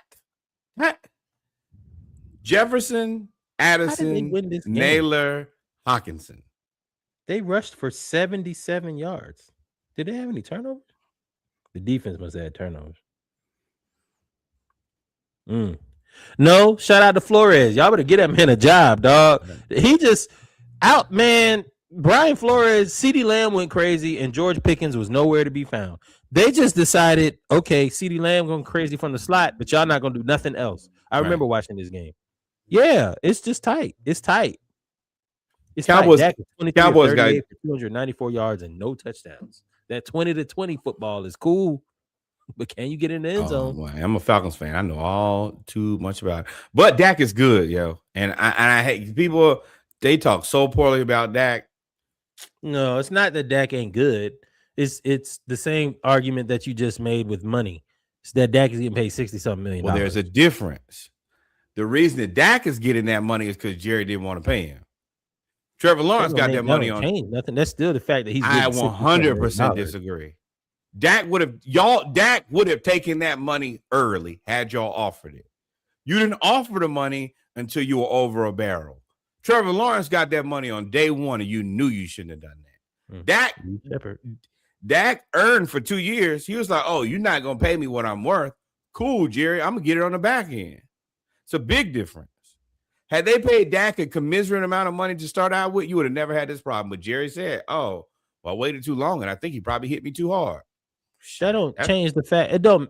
How you got paid don't change the fact that you get paid an exorbitant amount of money. I disagree there, and you haven't won. Because the reason that I say that is in the years that he took shorts, they didn't win. Right, and I also paid you when you broke your ankle and you sat out for the year. Well, no, because you didn't have another. If you had another opportunity or another person to pay, you would have. You were already stuck. You didn't pay me because you wanted to. You paid me because you had to. Yeah. Jerry Jones has mismanaged Dak, and that's cost him money. That's a Jerry problem. I'm not arguing that point. I agree with you. Jacksonville opened up the checkbook on day one and paid Trevor Lawrence. The same lens that you look at Trevor Lawrence and saying that you would rather. I would have never feel like he's not better than this ex quarterback because he's getting paid an exorbitant amount of money, even though he's playing well. Can be the same thing said. How Dak got paid don't change the fact that he's getting paid $60 million. I disagree there. Okay. Well. All right. Shout out. Hey, go back to Old Man Rivers. We didn't talk about Old Man Rivers. Right. Shout out to Indianapolis Colts. You tricked it off. Defense. You tricked off one of the best stories in the NFL. Old Man Rivers was coming back to play for health insurance. He probably would have played for free. As long as he paid my premium, I'm good to go. And then y'all decided to give up and led the game-winning drive, or should have been, for the field goal. Yeah, Reed Shepard going crazy. And I'm glad you see it. Yeah, I got. Oh, you ain't seen the new setup. I'll show you in a little bit after this podcast over. I got a whole. But y'all messed up your man's. Yeah, coming back after 5 years and 12,000 children, and then y'all decide the defense, which is supposed to be the strength of this team, allows for the Seattle Seahawks to go down and kick a field goal. Hey man, do we believe that Seattle is as good as they say they are? As most people believe they are? No, because they just played Indianapolis with a quarterback off the couch. I think that they're okay. I think that they're. I don't think that they're a Super Bowl contender. I just think that they're better. Oh, you don't? Nah. Not with Sam? No. See, that's an overreaction. And that's just you being petty, really. I think that more teams need to be trying to get to this level of good before you do anything else. People be so worried about trying to be the best. Bro, you need to figure out how to just be a good team consistently. I mean, they're tied with the Rams right now with the division, and they are. I think the Rams are a better team. There's no way Philly is only 9-5. There's no way. Yeah, it is. What are you talking about? Look at their schedule. It kept losing. Yeah, so the Rams and Seattle are tied for first in the NFC West. NFC. Yes. Oh, NFC. Correct. Yes. And you said that they're not Super Bowl contenders. No. Just because you're tied with somebody doesn't. I mean, sure, they have a puncher's chance in a wide open NFC, but I don't look at that team and say, "Oh, that team is a team that I think will be playing in the Super Bowl." I think the Rams are a better team. Who is the team? And name 3 teams. Wait, let's continue to make it through this. We gotta make it through the rest of these. This is a good game. Talk about Trevor Lawrence. It's a good game. I'm disappointed. I wanted to see Philip Rivers win that game as an. I did too. I wanted because I was like, ooh, that's gonna piss a lot of people off if that happens. But I did like what he said after the game, and especially as a guy who's grandfather and a high school football coach, to go out there and play. Grandfather, right. It was excellent.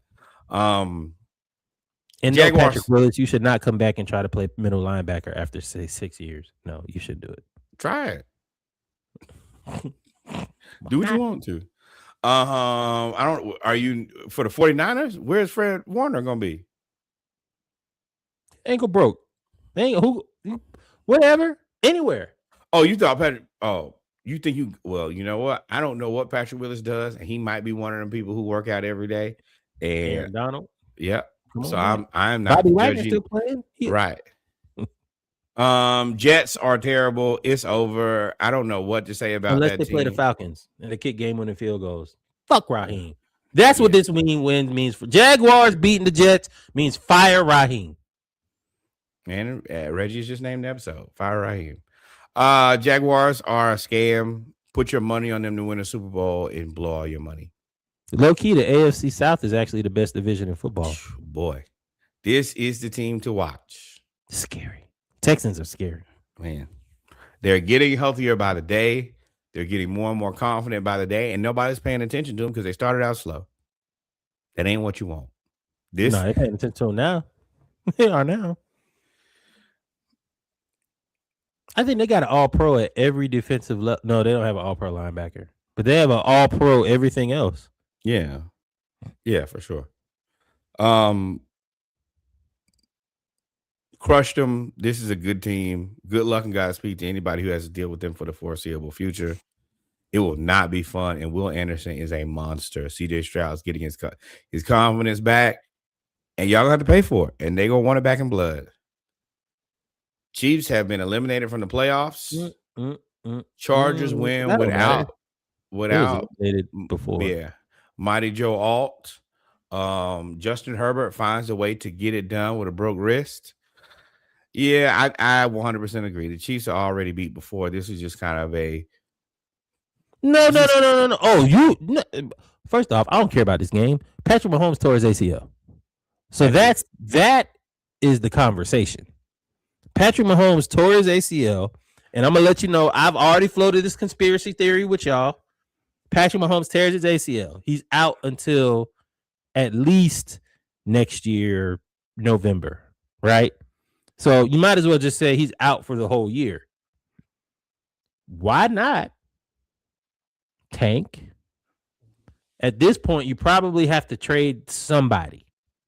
Chris Jones. Yeah, he's out of there. Somebody. So you got to trade somebody. Travis Kelce's going to retire. You're going to have some money on the books, and you're going to have some draft picks. Hey, all the receivers, y'all all try out 2 years from now. No, you don't. Fuck off. All y'all can go. Let me tell y'all who comes out after next year. After this draft in 2026 is the 2027 draft. So if Patrick Mahomes sits out 2026, 2027, Jeremiah Smith from Ohio State comes out.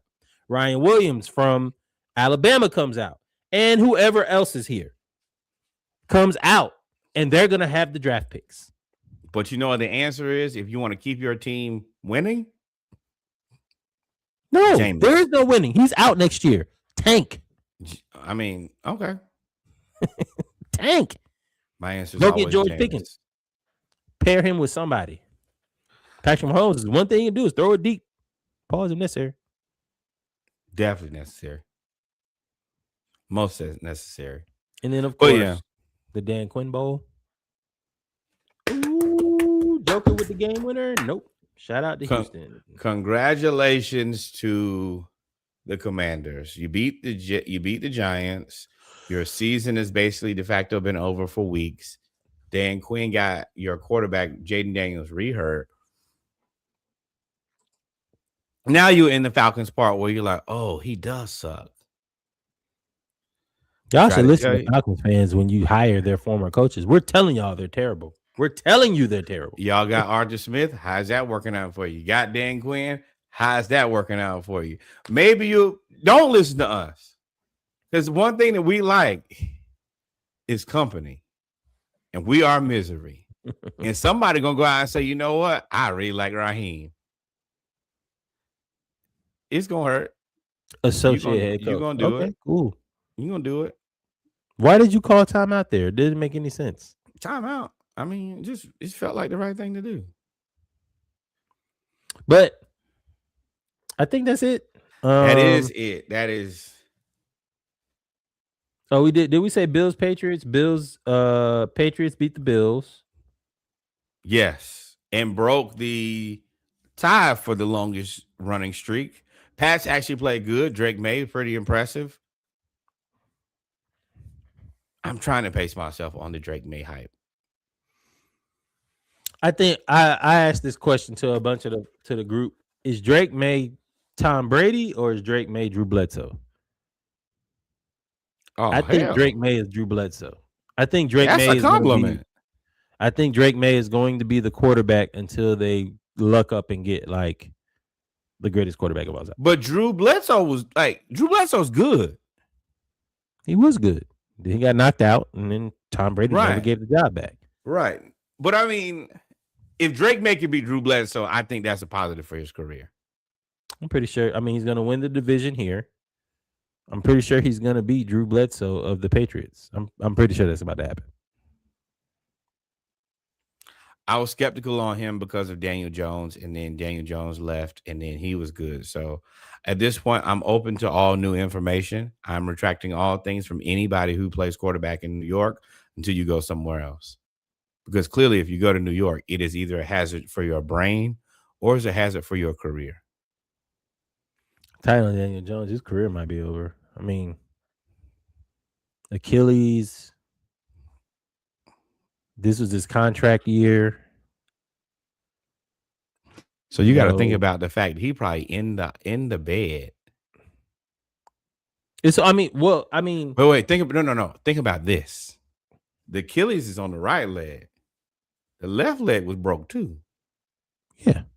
Yeah. So you just in the bed, legs broke up. You double booting it. Mm-hmm. Boot on one, cast on another. Boot cast combo is crazy. With your whole career. I mean, would you sign Daniel Jones? Bro, I can't. No. You were skeptical on Daniel Jones before he got hurt. You talking about career. I'm talking about doing regular human things. Oh, no. I'm a millionaire. I can have regular humans do that for regular me. For me, I'm not regular. Not when I got to get up in the middle of the night and use the bathroom. Yes, you can. It's called in-home care. Yes, you can. But it's like, bro, all right, well, it's 3 o'clock in the morning. My left leg broke and my right Achilles is broke. Bring the bedpan. You just laid up in the bed, tooting it up. Yes, and Indianapolis Colts new people, y'all better pay for that shit too. I'm not paying for that. Nope. Football is one thing, but bro, to have 2 broke legs is crazy. You might not need to play no more football, fam. I hate to tell you. Atlanta, Metro Atlanta School, Creekside was our rival at Westlake, but they have won the 4A state championship. Man, fuck Creekside, man. 15-0. They beat Benedictine 42-39 at the Mercedes-Benz Stadium. Wow. But I'm double broke leg. Yeah. Think about what Anchor, yay. Boy, he's everywhere. Everywhere. But double broke leg, my left tibia, fibula, whatever that's broke, and then my Achilles, you wheelchair bound. That's the reason Andrew Luck left. I leave too. Shout out to you in Indianapolis, just ruining bodies and careers. Lacerated kidney, double lacerated kidney, Peyton Manning whole vertebrae fell out his neck. Oh, I can't feel my fingertips. Austin Kali, you remember Austin Kali? He had to retire. He was getting so many concussions. He had more concussions than Jackson Dart. Hey, shout out to you in Indianapolis. Joe, hell, boy, God. Double bro. Hey, man, thoughts and prayers, fam. That ain't funny. Ladies and gentlemen, we come to the end of episode 211 of the Splashcast. I'm dropping my hat. 211 of the Splashcast Monday Night Raw. Nord, if we ain't forget anything, take us out. Ladies and gentlemen, children of all ages, thank you guys for rocking with us. Always remember, like, follow, subscribe. It's been a fantastic Monday. Number one, more Black baseball. Number 2, insert your funny story here, your business, any of those. Number 3, the historically Black college university your cousin went to, your auntie, your uncle, any of those people you went to. Send some money there. The historically Black college university in your neighborhood, the one you go to for homecoming, step shows, all of the above. Send some money over there. And the greatest learning institution in all the world, the Hampton University. Please send some money there on behalf of me and Reggie. We only asking for $18.68. And I cannot believe we forgot this. Shout out to new Hampton Pirates football coach Van Malone, who left Kansas State as their associate head coach and will now be the head coach of the Hampton Football Pirates. Congratulations. This is actually it's a pretty interesting hire because of the pedigree that he comes with. It's going to be exciting to see what he does. Very interesting hire. I hope. I would like to. I wonder what his philosophy will be coming in because he's definitely from the Big 12. He came from Kansas State. I don't. Is he an HBCU grad? I have not been able to figure out how that has happened. I ain't got that far yet.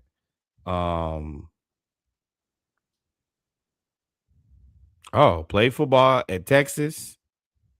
Born in Houston. HBCUs is going to be Lions, Cardinals, Waltrip, Conroe, North Dakota State. He played a wide receiver coach.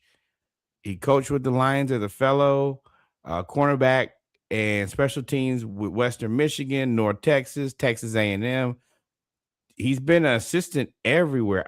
This is kind of, I don't know how he got to Hampton or how Hampton got to him. Really, Yep. But other than that, Nora, take us out. Adios, mi amigos. God is love. Until we meet again, y'all be safe. Please remember, always go back and listen to Mic Check. Please go back and listen to Saturday Morning Live, where I think I picked every game right except for maybe 2. Outside of that, y'all be safe. We out of here.